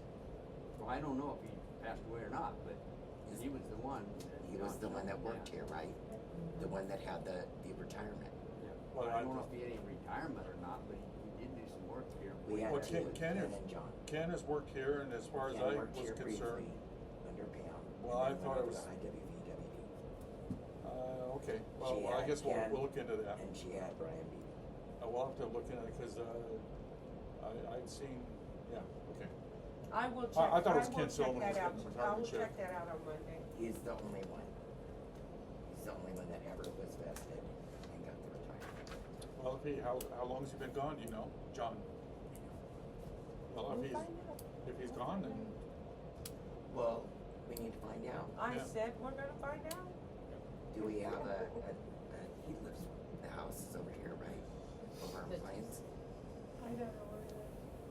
Over on Plains, the other house. Sylvan. Do you know where he lives? No, is he, I didn't know.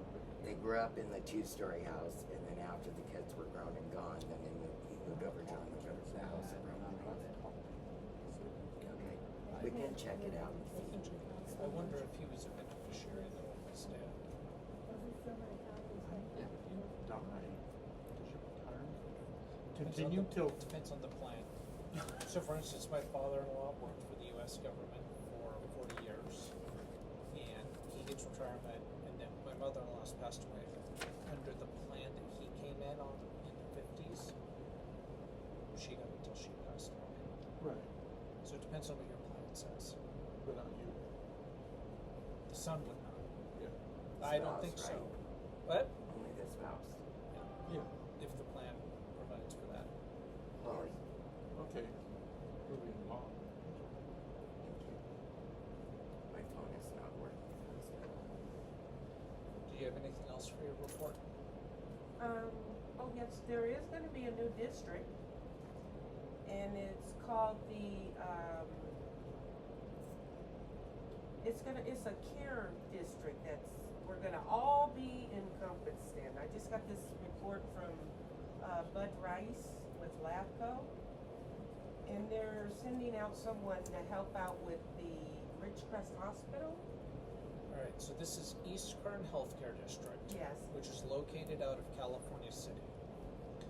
When Ridgecrest Regional imploded, as a private entity, there are certain government grants they do not qualify for. So they are being annexed into East Kern Healthcare District, who is represented by the firm that represents the GA in the city of Ridgecrest. That hospital. And now, Ridgecrest Regional is separate. I'm talking about the healthcare district. Oh, okay. East Kern Healthcare District does not have a hospital. It just has medical offices. However, they're expanding the boundaries up to here to include Ridgecrest Regional, with the idea that it will become eligible for certain government grants that it was not otherwise eligible for. So it will not affect you. That's Now, I was he just said gonna that ask. we wait a may minute. be encompassed in it when I spoke to Bud. Yeah, but it won't affect you in any way. Okay, but they It- may set up clinics here, is what he said. Sure, they Okay, might do medical okay. clinics here, but it's Okay. just like being part of the county or within the boundaries of the county. Okay, but it won't change if we go to get grants and stuff, it's not gonna The healthcare district will not affect you. It's an entirely different type of entity with different grants and all of that. Okay. Okay. I don't know, is there a water operator report? No. Okay, And the I've new talked pump's enough. been put in, right? Yeah, the new pump was put in. Oh, yes. Well, yeah, the new pump is in, and it is finished, and, Mr. Garrison has turned in his invoice, and it's just waiting to be paid. How much is it? $90,111.36. And self-help's not a self-help? Self-help is paid, Oh, they are paying for it? yes. Okay, but we missed the 4,000 for the telemetry system, which we owe. Yes, we do owe it, So because, we need itemized stuff. well, you're going to get that as soon as I get a minute. Okay, so the $4,000 invoice, I have emails and everything where I told them they needed to get that in so they could be paid by self-help. So, but they never did, so we will have to pay them now. And they will not help us anymore until we pay them. And Russ doesn't know because Garrett is the one that programmed it. Yeah. Charles, how good are you? I do have that. Are we done? All right, so the next is public comments on items not on the agenda. So is there anything that we haven't talked about tonight that any members of the public want to discuss or make a comment on? If there are none, I do. go for it. The D1 operator, how come he's never had meetings? If we ever have any questions or anything like that, how come he's never here? Well, he's, Does she have to be here? Now, you guys, when It's I up to the first board. started here, Christy and Pam said he was not needed. so No. it is up Yes, to that the is board. what you and Pam both It- said. But it's just up to the board, so from this point forward, does the board want him to be at meetings, or do you want a written report, or what do you want? I want a written report. Okay. I would like to see him at the meeting, but, you know, I agree, only because in a community, we wanna know who people are coming into our property. He doesn't wear shirts that say, Inyokern Water District. He did. He should be. I bought him 2 And shirts. so did I. Just bought him 2 more shirts. He should be wearing those. And another question, We need a he- logo on the truck too. he's going around reading meters, but he came to my property and he's reading a broken meter. So I don't understand why he came to my property. If you guys know which meters are broken, why he's coming. And he drove over our meter box. Cover. And the top of it was popped up. Nothing was broke, thankfully, but he's driving over it. And that's like another thing, like he should know not to drive over it. Okay. So, I will make a note of that. and I took a picture of it, and the tire going over his footprints, so I know he was there. have evidence.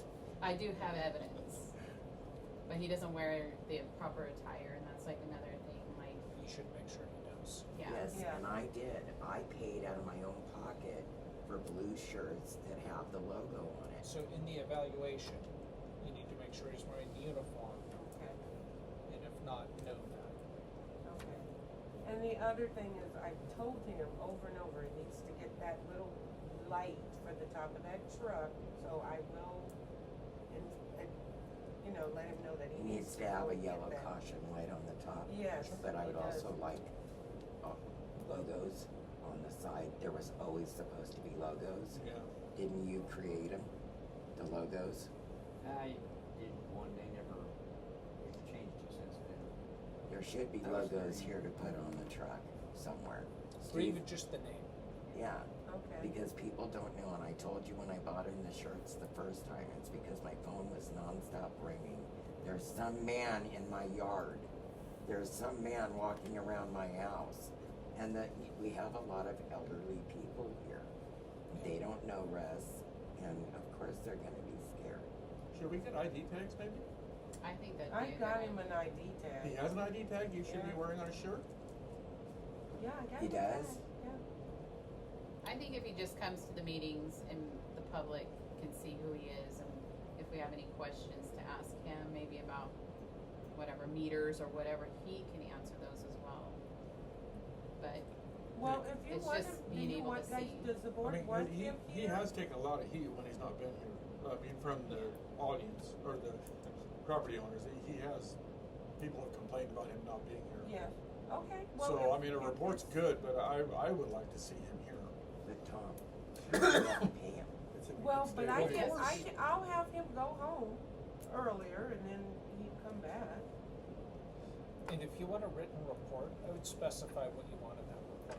I'd like create a template. I don't know what he's doing For all day him. long.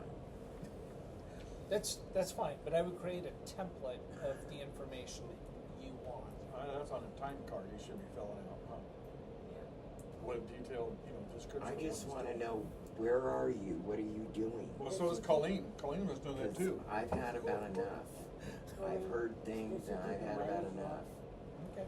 Paying for it. He should be keeping a log, yes.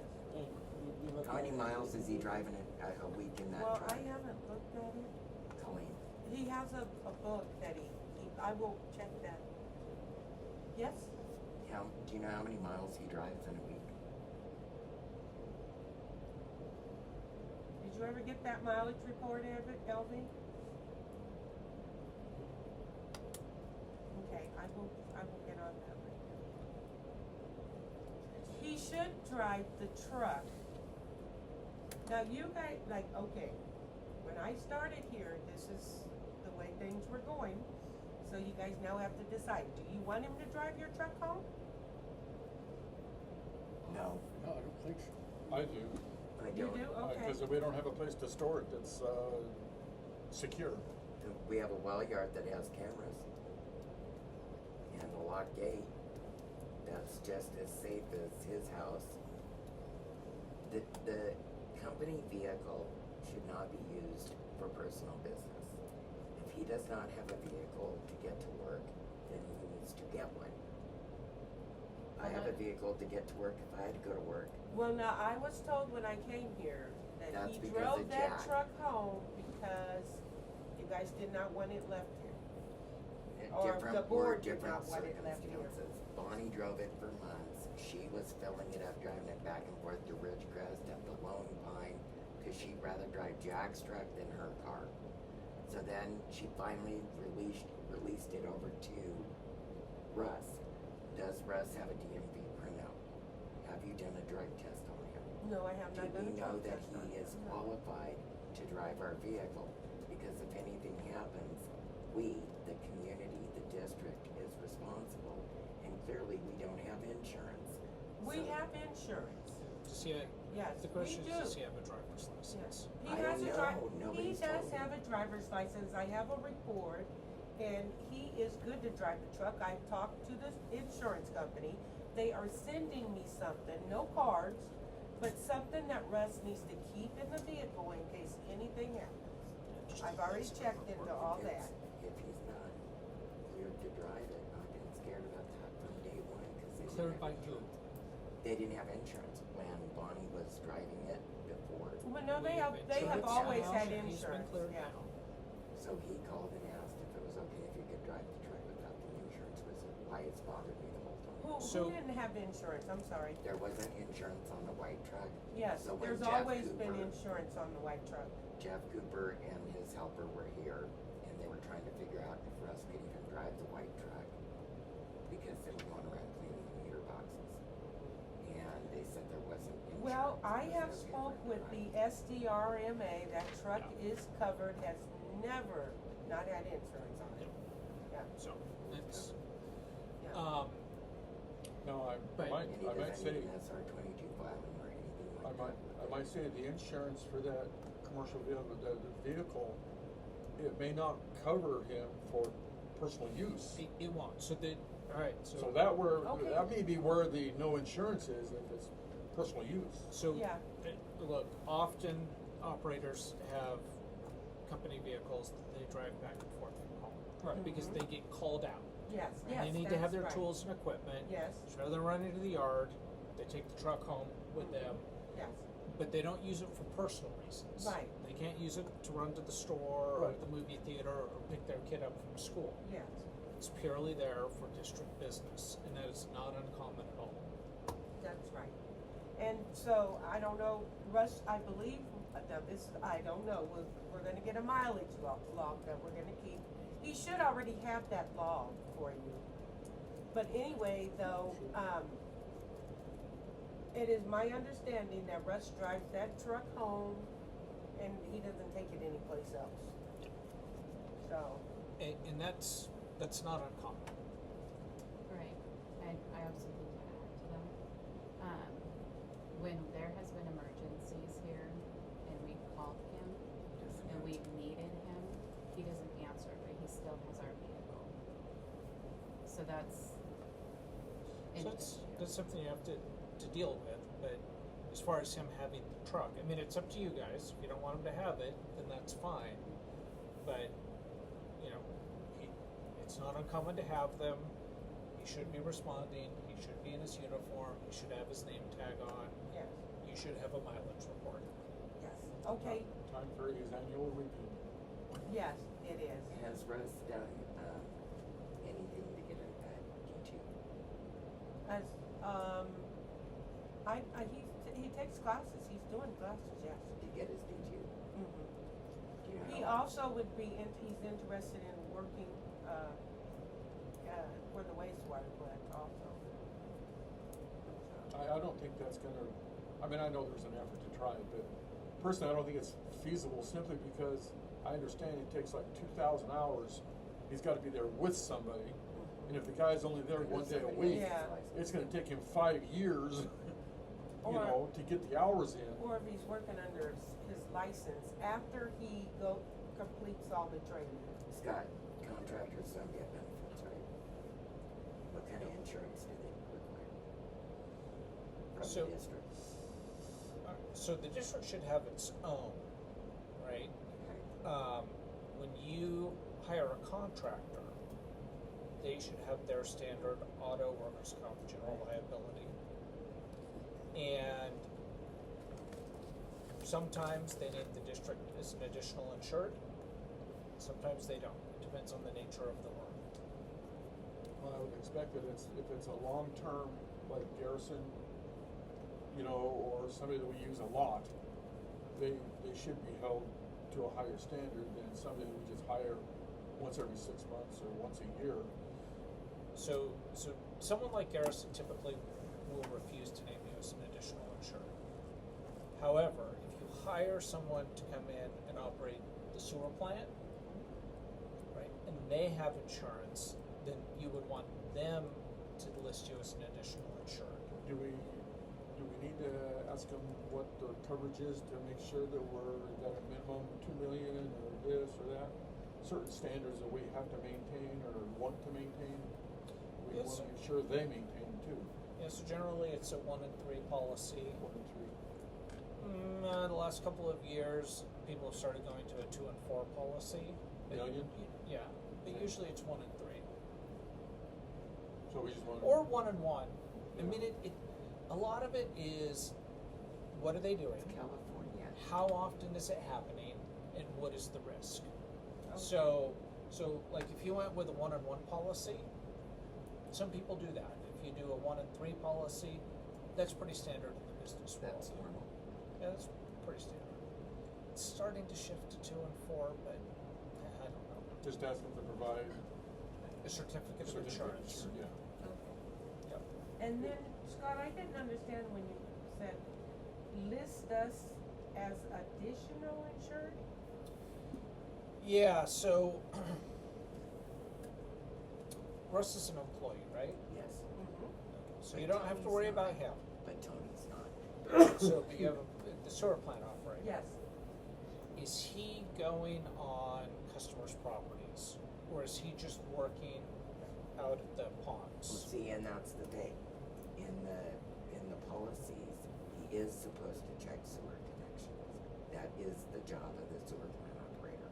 And El Samana has had a sewer leak up there, it's been going on for months. But if he ever had to go out there, he'd have to go on the property to make sure it's on their side and not our side. So, It probably makes sense to add him to your insurance, right? Just contact SDRMA, say we have this individual who is working for us temporarily. Would he be, and he's an independent contractor. does he Would he carry be- his own insurance, or do we have to do that? So, He's supposed to have his own, Right. he should, but but he's supposed to show it to you. It's called an appointment. so you would ask him for a certificate of insurance to see what his coverage is. But frankly, if he's under your policy, then you know. You know there's coverage, you know that the coverage is in effect, you know what the extent of that coverage is, and if it's not adding to your cost, So it may be it worth would your be while. worth it just to protect the Now, district. he should have his own, right? Because if he has his own business, he should have his own auto and general liability. Probably doesn't have employees, so probably doesn't need workers' comp. But he should have his own auto and general liability, and you can be as an additional insured on that. But it doesn't hurt if you have him under yours. There's no additional cost to you, and you know that you have coverage then. Yeah, because what is it? Yeah, stuff happens all the time. Stuff happens, accidents happen, people do dumb things. It happens all the time.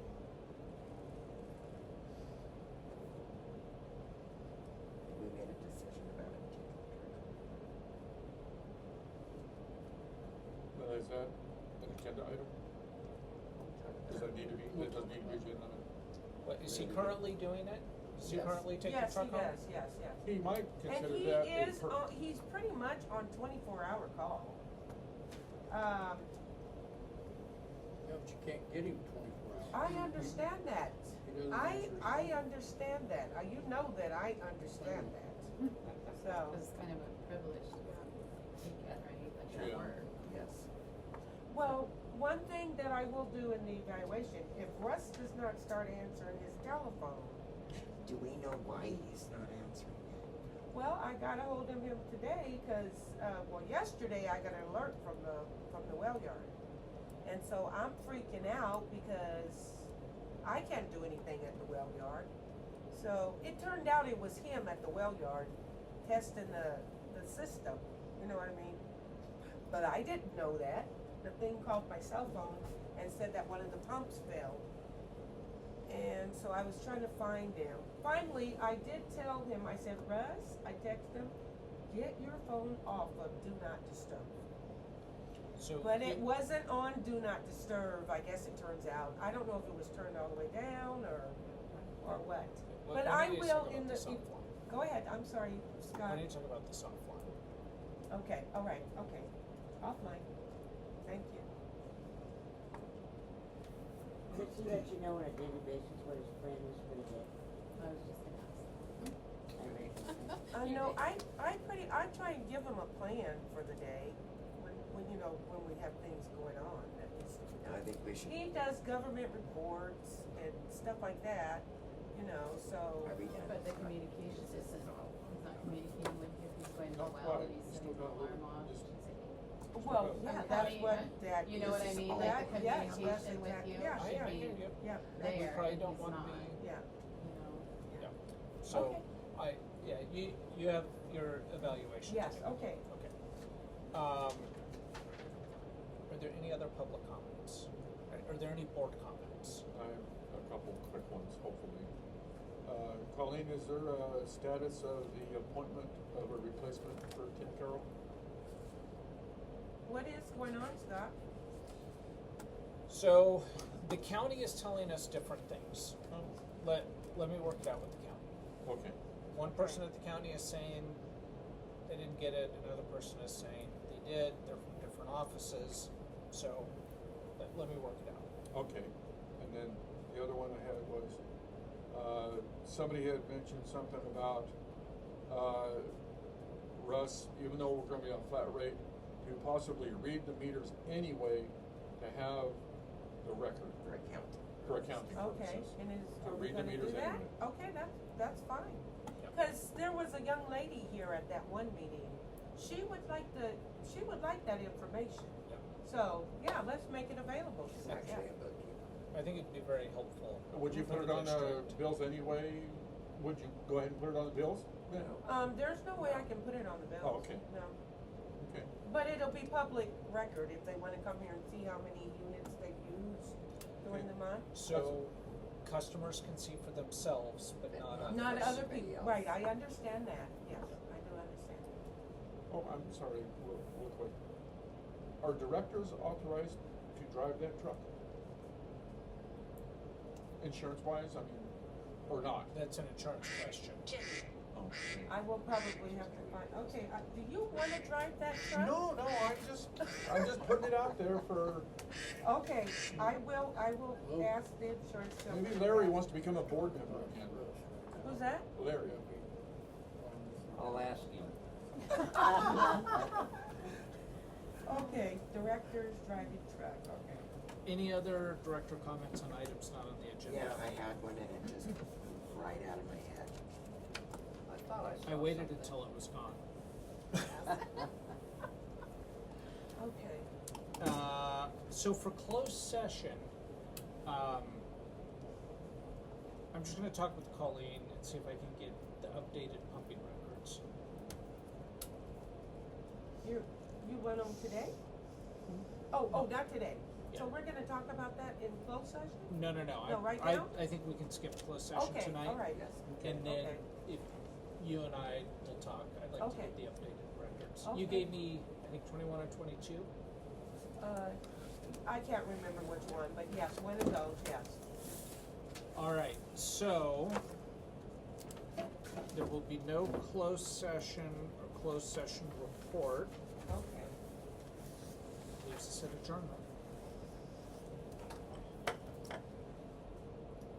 is 8:38. Meeting's adjourned at 8:38.